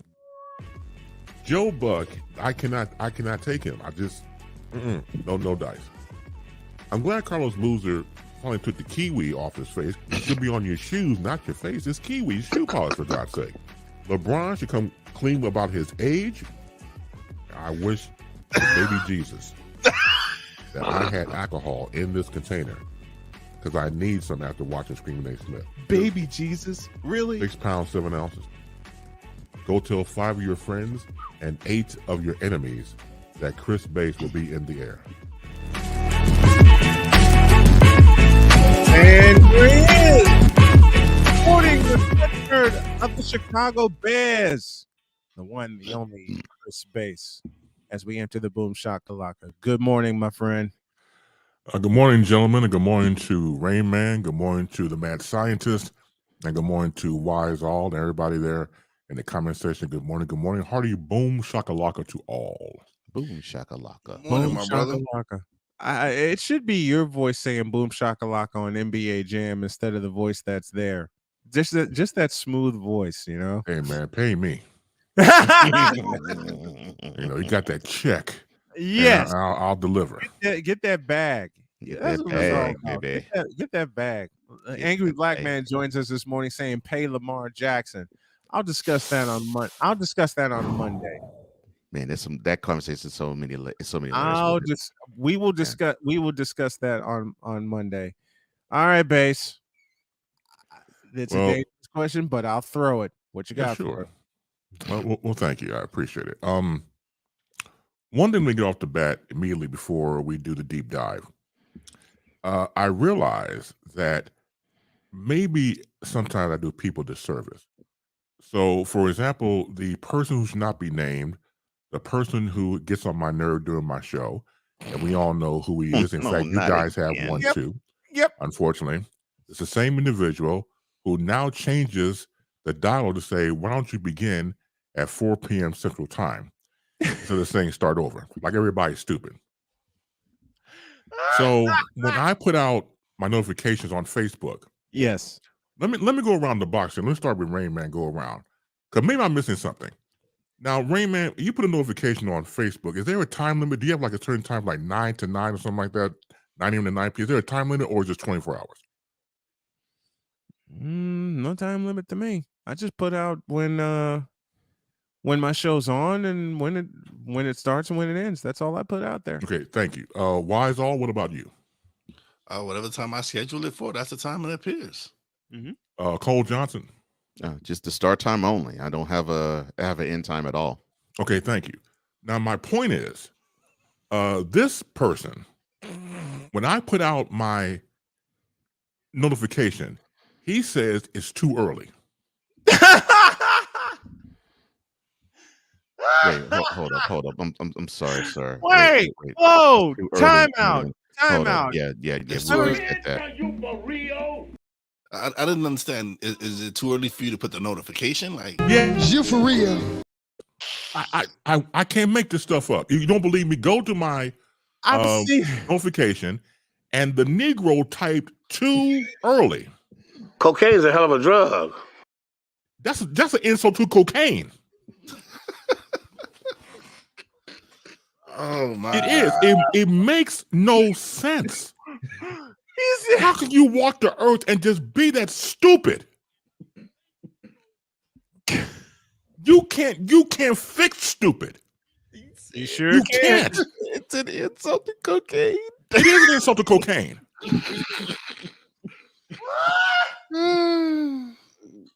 I can understand. That's why I went around the room. I can understand if there was a time limit, then that makes all the sense in the world. Right. But because of the fact that you're in the colored section and you have not progressed to being African American, he's going all the way in on that. Oh my! It makes no sense to type in too early. Oh, he did. Just because your black ass woke up at a certain time, it had nothing to do with me. Nothing. Colored section. So what Bass is saying is, does he want to have anything to do with this gentleman that always bugs him on Baseline? Hell no, to the no, no, no. Hell to the no, hell to the no, to the no, no, no. Fair use. I wish that I was Jimmy Superfly Snooker. Oh, So I could jump off the top rope and just give him the flying elbow, like, oh yeah, throwing some Randy Macho Man Savage in that, and just annihilate this bastard. Oh man, it makes no sense. Chris is just Can we serving him. include a He's last? serving him this. Stop the kid. You know what? Sid Diggy said it best just a moment ago. Stupid don't get tired, and they don't. He said Superfly Snooker with a bit of Randy Savage. Can we drop him with a rock bottom and a Stone Cold Stunner and a last ride Yes. all in one shot too?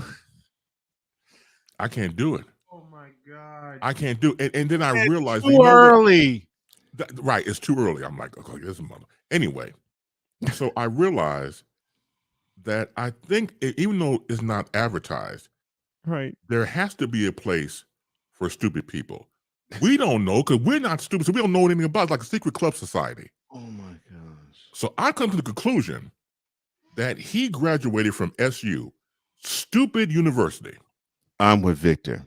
Tell the fool to make adjustments to catch the show. Stupid university. Stupid university. Magnum cum stupid.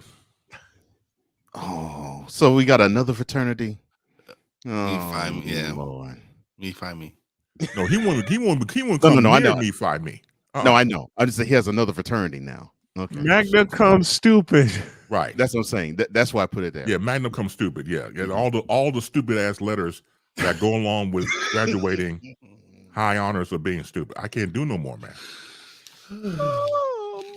And again, what's sad is that he's a fellow broadcaster, just like this whole panel is. Right. When did okay, I realized something. Okay. Some people walk out of the house and they pretend to be something that they're not. They put on a mask and they pretend to be something that they're not. So all these years, I never met the rap bastard until about 3 years ago. So prior to his meeting, he's had to put on a mask that seemed as though that he was intelligent. And then when the mask is off, you're dumb, you're stupid, all that type of stuff. I can't do no more. It makes no sense to type in too early. I'll put it like this again. People need to go back to hell. Go back. Go back. I don't know how you escaped from the levels of hell, and good for you, that's great. But go back, because we don't need you. Go back. Go back to hell. What? Go back to hell. What? Go back to hell. Perfect base. That was perfectly done. Oh my gosh. Oh man. I got some cutting to do right after we're off. I'm gonna say this to you right now, Mr. Bass. Your comedy is genius. How you could fit your comedy in with what we do is absolutely brilliant. The sad thing is, I'm not trying to be funny. Yeah, I know. No. I know. No. Wait. But this is the thing. With all the greats, there's a lot of truth to comedy. So there was times you actually saw these guys speaking, and they're just speaking off the rip, but how they phrase it is absolutely hilarious. Go back to hell. Do not pass go. Do not collect $200. Just go back to hell. Go back to the form that you came in. Go back to having hooves. And whatever you look like before, you sure the hell look like any type of human being that I know at this point. So because your game has been shot, you can't have a conversation. You type stupid stuff like that. Then look, your time is up. It's been a slice. It's been damn near swell. But you gotta go back to hell. What? So what Chris Bass is saying is to this gentleman that always seems to want to derail Baseline. And if that is he the will case, not be, Bitch, please.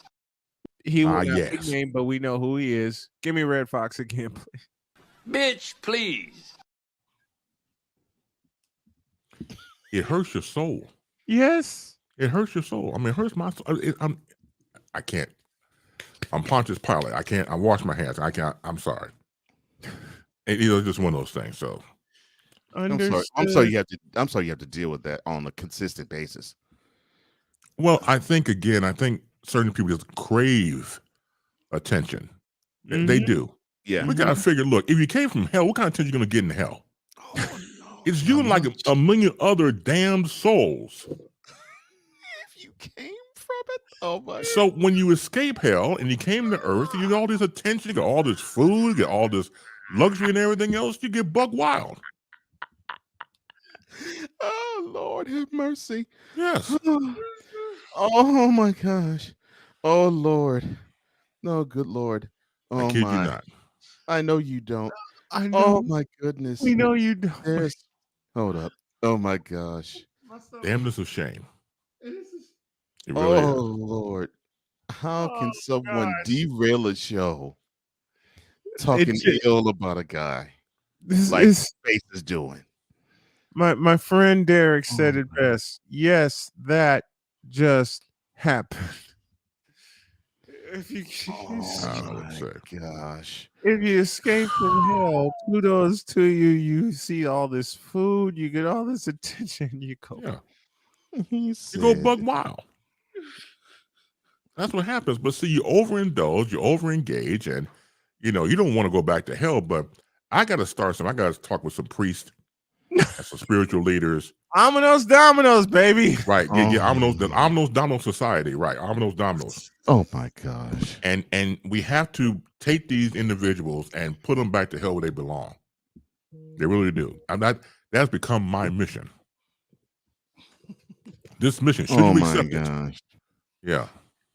Oh my gosh. And then he incorporates Mission Impossible. Yes. This mission, should you choose to accept it, exactly, is to make all the people who escaped hell go back to hell. There you go. Go back to hell. Right. You need to go back. But speaking of sports, so I'm watching the presser. Yeah, I know. I do my best. There's a hard left. I had to go there. So speaking of sports, so I was watching the presser of Bill Belichick, of course, the Patriots head coach, and he named Matt Jones the starting quarterback against the Jets. Mm-hmm. Is it just me, or did Bill Belichick look like he stubbed and fell over and stubbed his penis? Here's the thing. He has always looked like that. I know. Maybe for the session when he was the defensive coordinator for Giants. After then, starting when he was the head coach for the Browns, he has looked as though he has been disheveled. And yeah, probably a nail has been shoved in his orifice. I think he fell frontwards and backwards because that type of look he has. Imagine if you're walking down the street, you mind your own business, and you trip over something and you fell and stub and break your penis. And you had the same look that Bill Belichick has all the time. I'm going to make the starting quarterback. We'll make him Mac Jones. And by the way, years ago, I stubbed my penis. And so mercy. That's the reason why I'm going to. I swear this reminds me of the Salt Bastard story. The way you do it. He's never happy. Don't get me wrong. You could be right. You could be, you could be depressed all you want to. You won 6 championships. From what I saw on some footage, you have a great family. Oh, but some people are just too much invested into their job. Don't get me wrong. Look, if 6 championships got you where you are, I bet a lot of coaches want to stumble and break their penises too to get a championship. Oh my! It's like, boom, I got a championship. That's good. But there you go. I like my penis too much. I ain't gonna break it. I'm sorry. I get no championships for me. No chips for me. No, Doc. No, I like mine, man.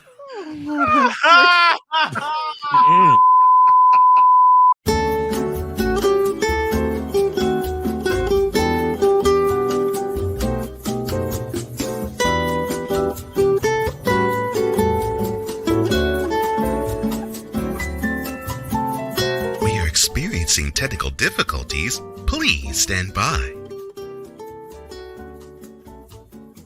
The host needs to collect himself for a moment or two. Please stand by. host simply can't believe how people can be such dolts and idiots. Please stand by. We now return you to your regularly scheduled programming, already in progress.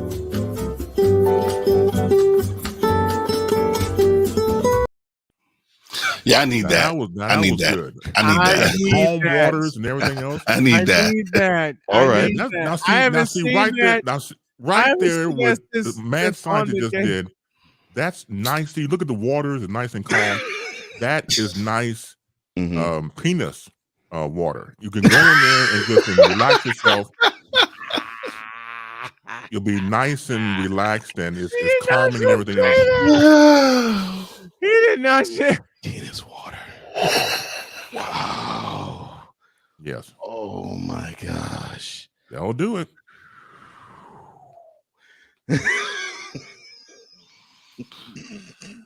Oh man. You too can come to the islands, have nice, calm, relaxing penis water.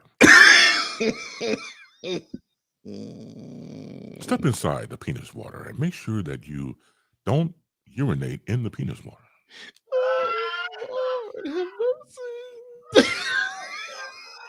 When you urinate in the penis water, everything turns blue. Take yourself out of the penis water because your stained blue penis needs to be washed. Oh Lord. Oh my goodness. I'm getting too old for this. This is more. Oh Lord. No.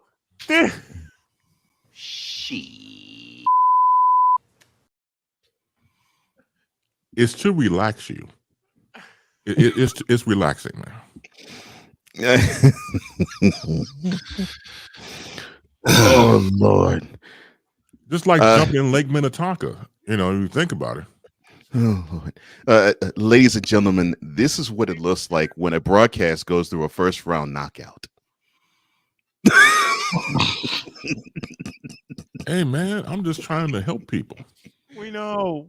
I'm trying to help people. I was trying to help Bill Belichick, but it's too late. He fell and stubbed his penis, and he's just stuck on that. Right. Penis water. Lord have mercy.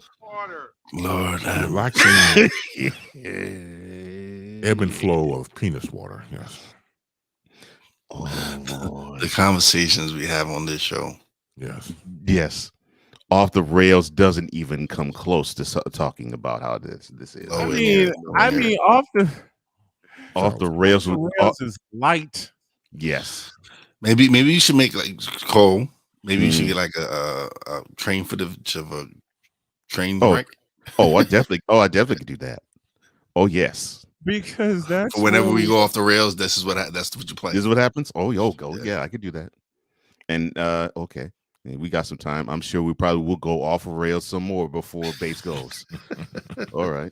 I mean, again, we're already off the rails. What the hell are you talking about, man? I said more. I said off the rails again. We just collected ourselves from being off the rails this past time. I know. And this is time number 3 of this show. I had to play this. There you go, Ryan. That's right. For the Snowman in the morning with Cole Johnson. Right. Go. I'm sorry. You're going to read it. I get a kick. Go ahead, but Base, it's yours. It's your voice. Go ahead.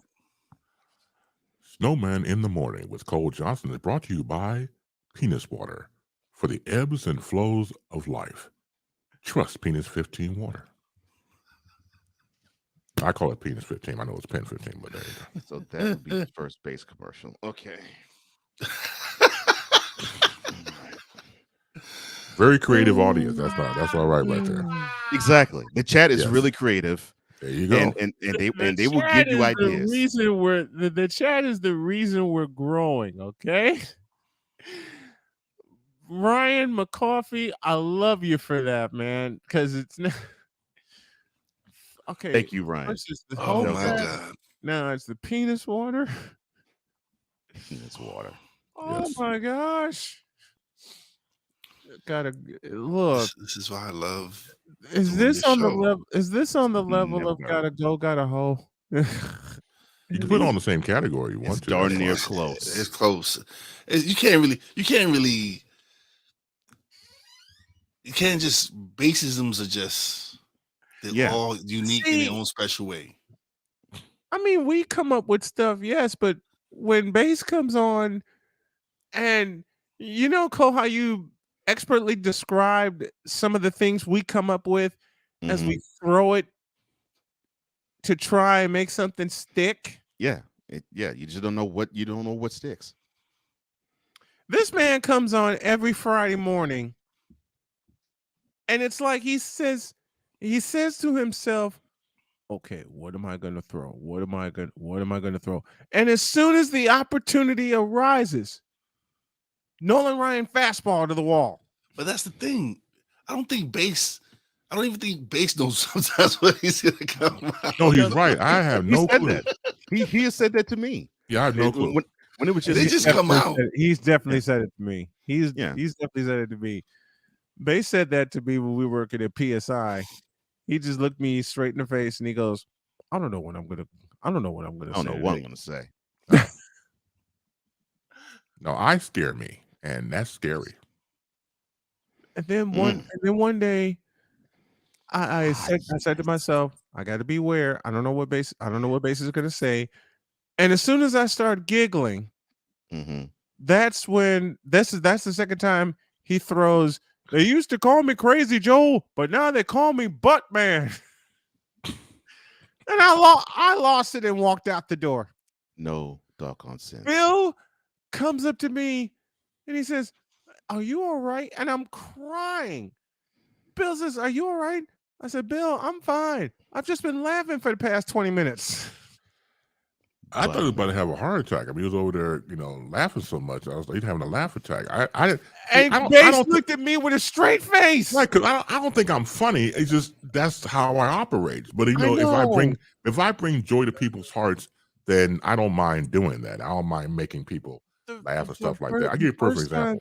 The first time you did that, we were talking about a Utah Jazz story. We come back from break, we finish the story, and all of a sudden Bass spits out, "They used to call me crazy," from Stand By Me, of course, with Morgan Freeman. He just blurts out, "They used to call me Crazy Joe, but now they call me Butt Man." I nearly fell out of my chair the first time he said that. Engineers looking at me, Bass is looking at me, Bill comes in looking at me. We go to break, come back. I still haven't gotten up yet. Well, Lean on Me obviously is one of those movies like anything else. It's a very quotable movie. Yes, it is. Your spin on things. And I was sitting here thinking, I remember the time, like, for example, you have to embrace your insanity or embrace who you are. I give you a perfect example. So I was back in 8th grade. And so our teacher, and I do believe this is sexual harassment, looking back in hindsight. So our teacher, I'm 13 years old, like any other 13, you got your hormones, raging out of control. So she goes around the desk, sits on top of the desk. Oh no! Has the glasses and puts it down to her nose with the bun. Has the book in her hand. Purposely crosses her gams ever so slowly, and then she had her right foot and dangled her right shoe off her right foot. She knew what the hell she was doing. Now, she got too comfortable and knew that most of us would get excited. I know I did. And I can't tell you what the history lesson was or whatever the hell we was learning. I just remember that image of my teacher coming around that desk, sitting her wonderful ass on top of the desk, and then had the whole teacher look with the dress and everything else, cross the gams. Now that did it for me. It's kind of like, you ever see Basic Instinct? Yes. Legs. Yes. Yes. Right. Yeah. Now this is pre-stank. This is pre-Basic Instinct. So this woman crosses her legs ever so slightly. Instinct. That's what I call it. Lord, not instinct. I know it's instinct, but I call it instinct. Right. I caught that. I caught basic. That. It's basic, mind you. So she crosses her legs and has the shoe dangling while she's talking to us. Once again, I put it like this. We had recess at 10 a.m., right? Mm-hmm. And everybody's getting ready to go to recess. Christopher, you want to go to recess? No, thank you. I was the Rock. I was the Rock. I couldn't get It up. was those moments you don't want to stand up. No, I didn't want to stand. It was like, Chris, are you going outside? No, ma'am. Thank you. No, I'll stay in here. I'll stay behind It's the like desk. Eddie I'm trying to Murphy. learn something. It's like Eddie Murphy described in Delirious. You want to work out this problem on the board? No, that's all right. Yeah, look. I'll take the 0. Right, I'll take it because there was no 0, thank God, because I was trying to pass 8th grade for Christ's sake. But yes, it's the fact that I was able to, because I think about cold water, nuns, and everything to try to, help, everything like get back to normal. But then, peep this. So then we're the only 2 in the classroom. She still sits there. She's trying to move away from nothing. And still sat there with the gams and man, come on now. She knew what she was doing. This is what Bates just said. Man, grammar school, 8th grade, basic instinct. Yeah. Basic. This is for you, Bass. When you said you were the Rock, and I totally understand that with the teacher, and y'all were the only 2 in there. If you smell what the Rock is cooking. It's like, excuse me, Chris, are you hard? It doesn't matter if I'm hard, because I'm hard right now. It's like, why would you ask something like that? I can't move from this desk. That's when you sit so close to the desk and you make sure everything is covered. You make sure everything's covered. Look, I'm talking about like no hands. Yes. I can lift the desk with no hands. I'm going to levitate the desk now, and I won't use my hands to do it. Once again, cold water and old nuns. Yep. Man, this teacher made my nature rise, man. I ain't lying.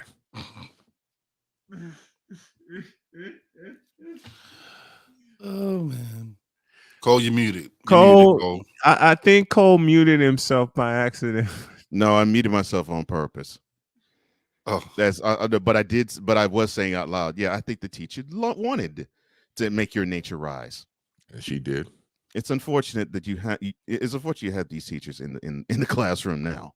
And was then there more than one base? Was there more than one incident where that happened? Of course. That was enough. No, that was enough. After that, I couldn't take no more. I couldn't take. I was like, man, that is enough. Not that's enough. Wow, you at 13 actually saying that's enough? I'm trying to pass this class, man. I'm trying to go to high school. All I want to do is pass the class, go to high school, and go to my next journey. To think about having sex with my 8th grade teacher, that's going to get in the way of a lot of problems, a lot of situations. So I had to, that's enough. So you basically to basic instinct, you said, hell nope. No, no, I wanted to. Hell yes. I wanted to, but I couldn't. It wasn't no, yeah, I'm about to say. Yeah. Mm-hmm. Yeah, and I always think of De La Soul when they say that, I'd be lying. Heck yes. Yeah, that was him. That was bass. Oh my gosh. If she would have told me to clap her erasers, I would have said yes. Yeah, the erasers would not be what you'd be clapping, though. No. Yes, you're right about that. No. You are correct. Screw the erasers. The erasers wouldn't get clapped once. No. But I could. No, that's cold. Yes, they might have. They might have been clapped on her ass somewhere. No. The erasers wouldn't even be touched. But correct. We know something that would have been clapped. Yes. And it wouldn't have been the erasers. It definitely would not have been the erasers. It would not have been the erasers. Yeah. Mm-mm. Who made that song? Oh my was it Sean Paul? We'll make it clap. That's Sean Paul. Yeah, Sean Paul. Yeah, that's what I thought it was Sean Paul. Yeah, that is what bass would have been doing to that teacher. He'd make it clap. He'd make it clap. I would have loved. In fact, no. See, don't get me wrong. I'm 13 and I had no control, so that just would have worked to my disadvantage. Don't get me wrong. I wanted to. Well, it was true. And I'm sure there was very few, like during our generation, there was very few teachers that were really hot. You always, right? Not like now. Gosh, this is not even close. You always had probably just 1 or 2 teachers that were hot in the entire school, compared to now where they all are. They just about all are. Yeah. is different. See, Victor Locke brings Van Halen to mind with this. The song "Hot for Teacher." Hot for Teacher. Yeah. Got it back. Got it Got back. it back. Got it back. I'm hot for teacher. Got it I got it bad, so bad. I'm hot for teacher. Holy smokes and Jesus. Yeah, that was rough, man. It was Busta Rhymes, but it was Sean Crumb. Yeah. Yeah. Now I'm gonna have to get that. Now I'm gonna have to get that song. Damn you, Victor.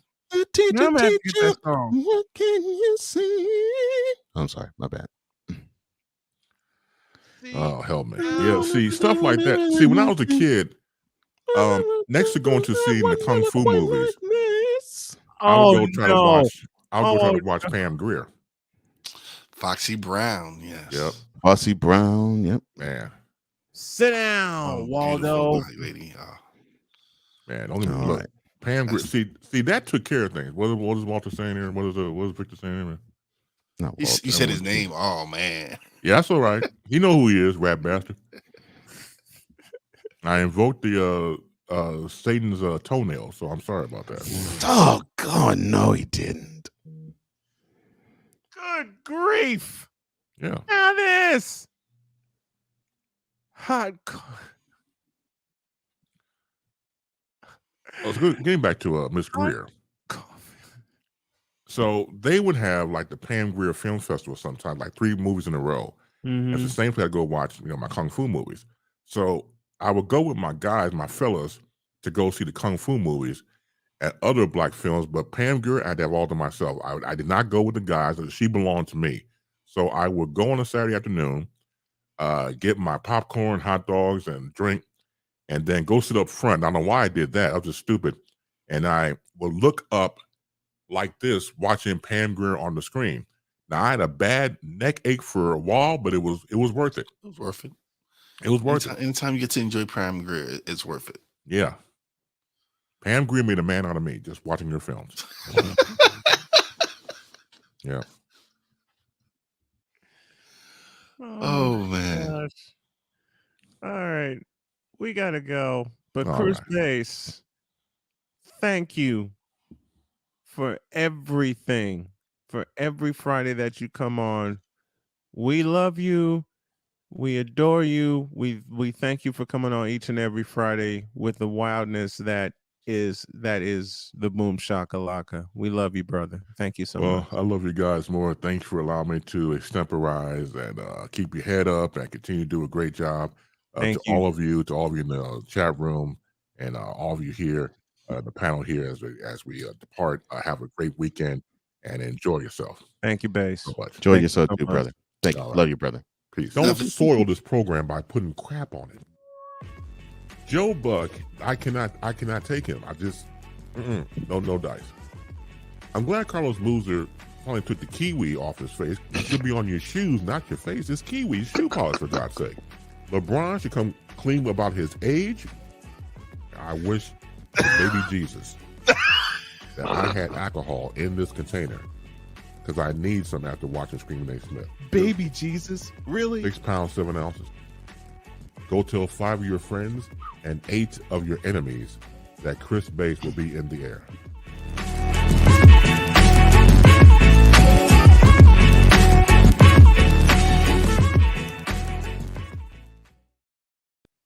How do you top that? Doggone it. How do you top that? There is no topping that. No. No. There is no topping that. Ain't no way. There is no way. 33 minutes of greatness. 33 minutes of greatness. Oh, mercy. I don't think my stomach will ever recover, nor my chest from that. Yeah. Oh, Lord. I mean, we're going to close out with The Rock today. We're going to close out with The Rock today. Because there's no other way to close it out. Especially with what Bass said with his teacher. And Chris Dietz had a wonderful question. Where did y'all go to school? Because my teachers were always busted. No, but it's always one hot teacher. There's always at least one hot teacher. Yes, there's always one. Like I could tell you in grade school who was my hot teacher, and then I can't remember in junior high school, but I can remember in high school.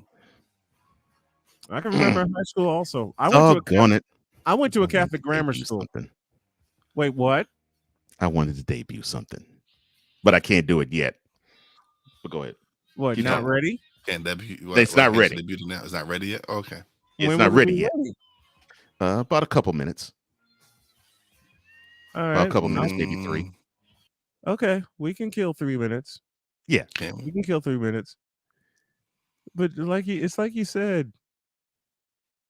There's always like that one hot teacher, and my parents made it clear to me. Okay, you're there.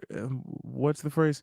You're there to get an education, and this is what they said to me when I entered high school.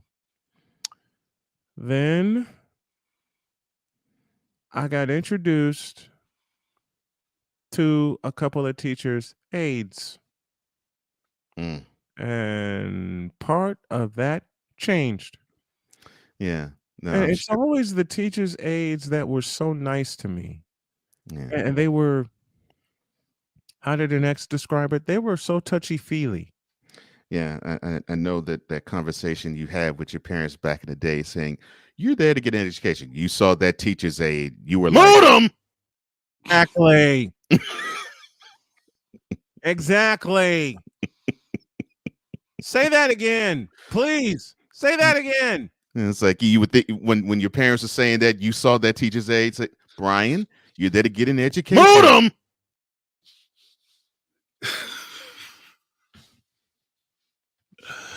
Brian, no, you can't do that with Modem.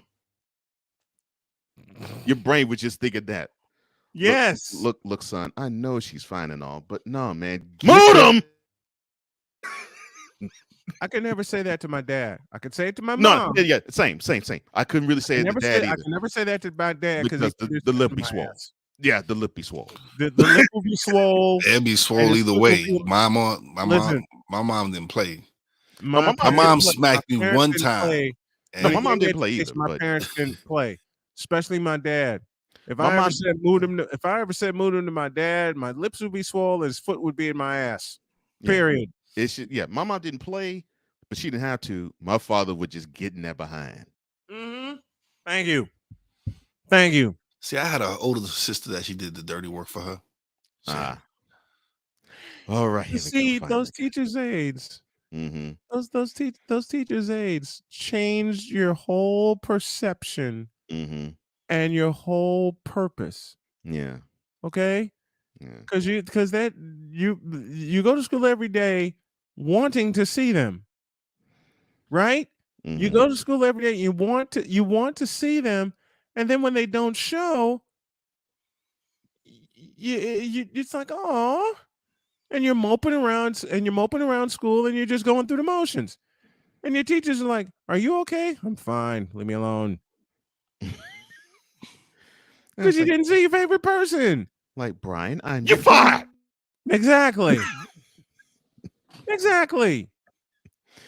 There was a girl I had a crush on, and I would see her, and I'd be so nervous to talk to her. And all my guy friends was like, "Just go talk to her, man. She'll talk back to you." I'm like, "No, I don't think so." Yeah. Then you get mad when they're not there. Yes. You want to hit people. You want to beat people up because she's not there. And then I never thought that the girl I had a crush on would talk to me. Yeah, we wound up in the same class. Wound up sophomore year, wound up in the same class. Well, all right. Well, and my brain was like, oh. Yeah. Well, gentlemen. Yes. From now on, whenever we have these moments, you have the I call it walking away from the mic, the technical difficulties commercial, the bit. You have that, You now also have this.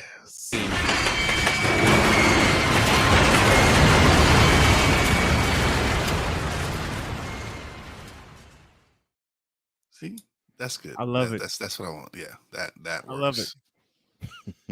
See, there's a team effort here. Yes, yes, it is. See, one idea gets in Cole's head, and off to the races he goes. Mm-hmm.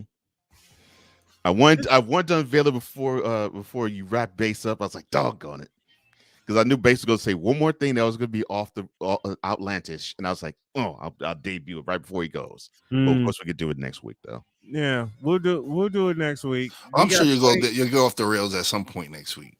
Oh yeah, we could do it during Bronsexual Confessions. What the hell are you talking about? Because that goes off the rails. Yeah. If Wise comes in with a stop the cap moment, ooh, that gives me an idea.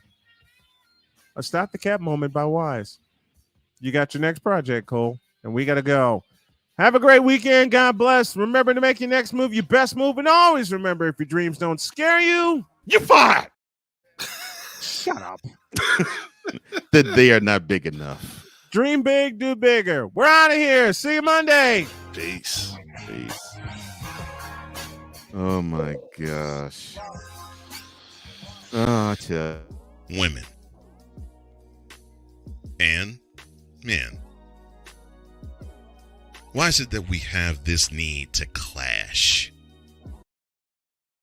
Why is it that we don't want to do anything at times but outshine and gloat at the other's expense? BS3 Network proudly presents a conversation needing to be had between men and women. Because do we want to compete with one another, or do we want our uniqueness to Oh, what was that?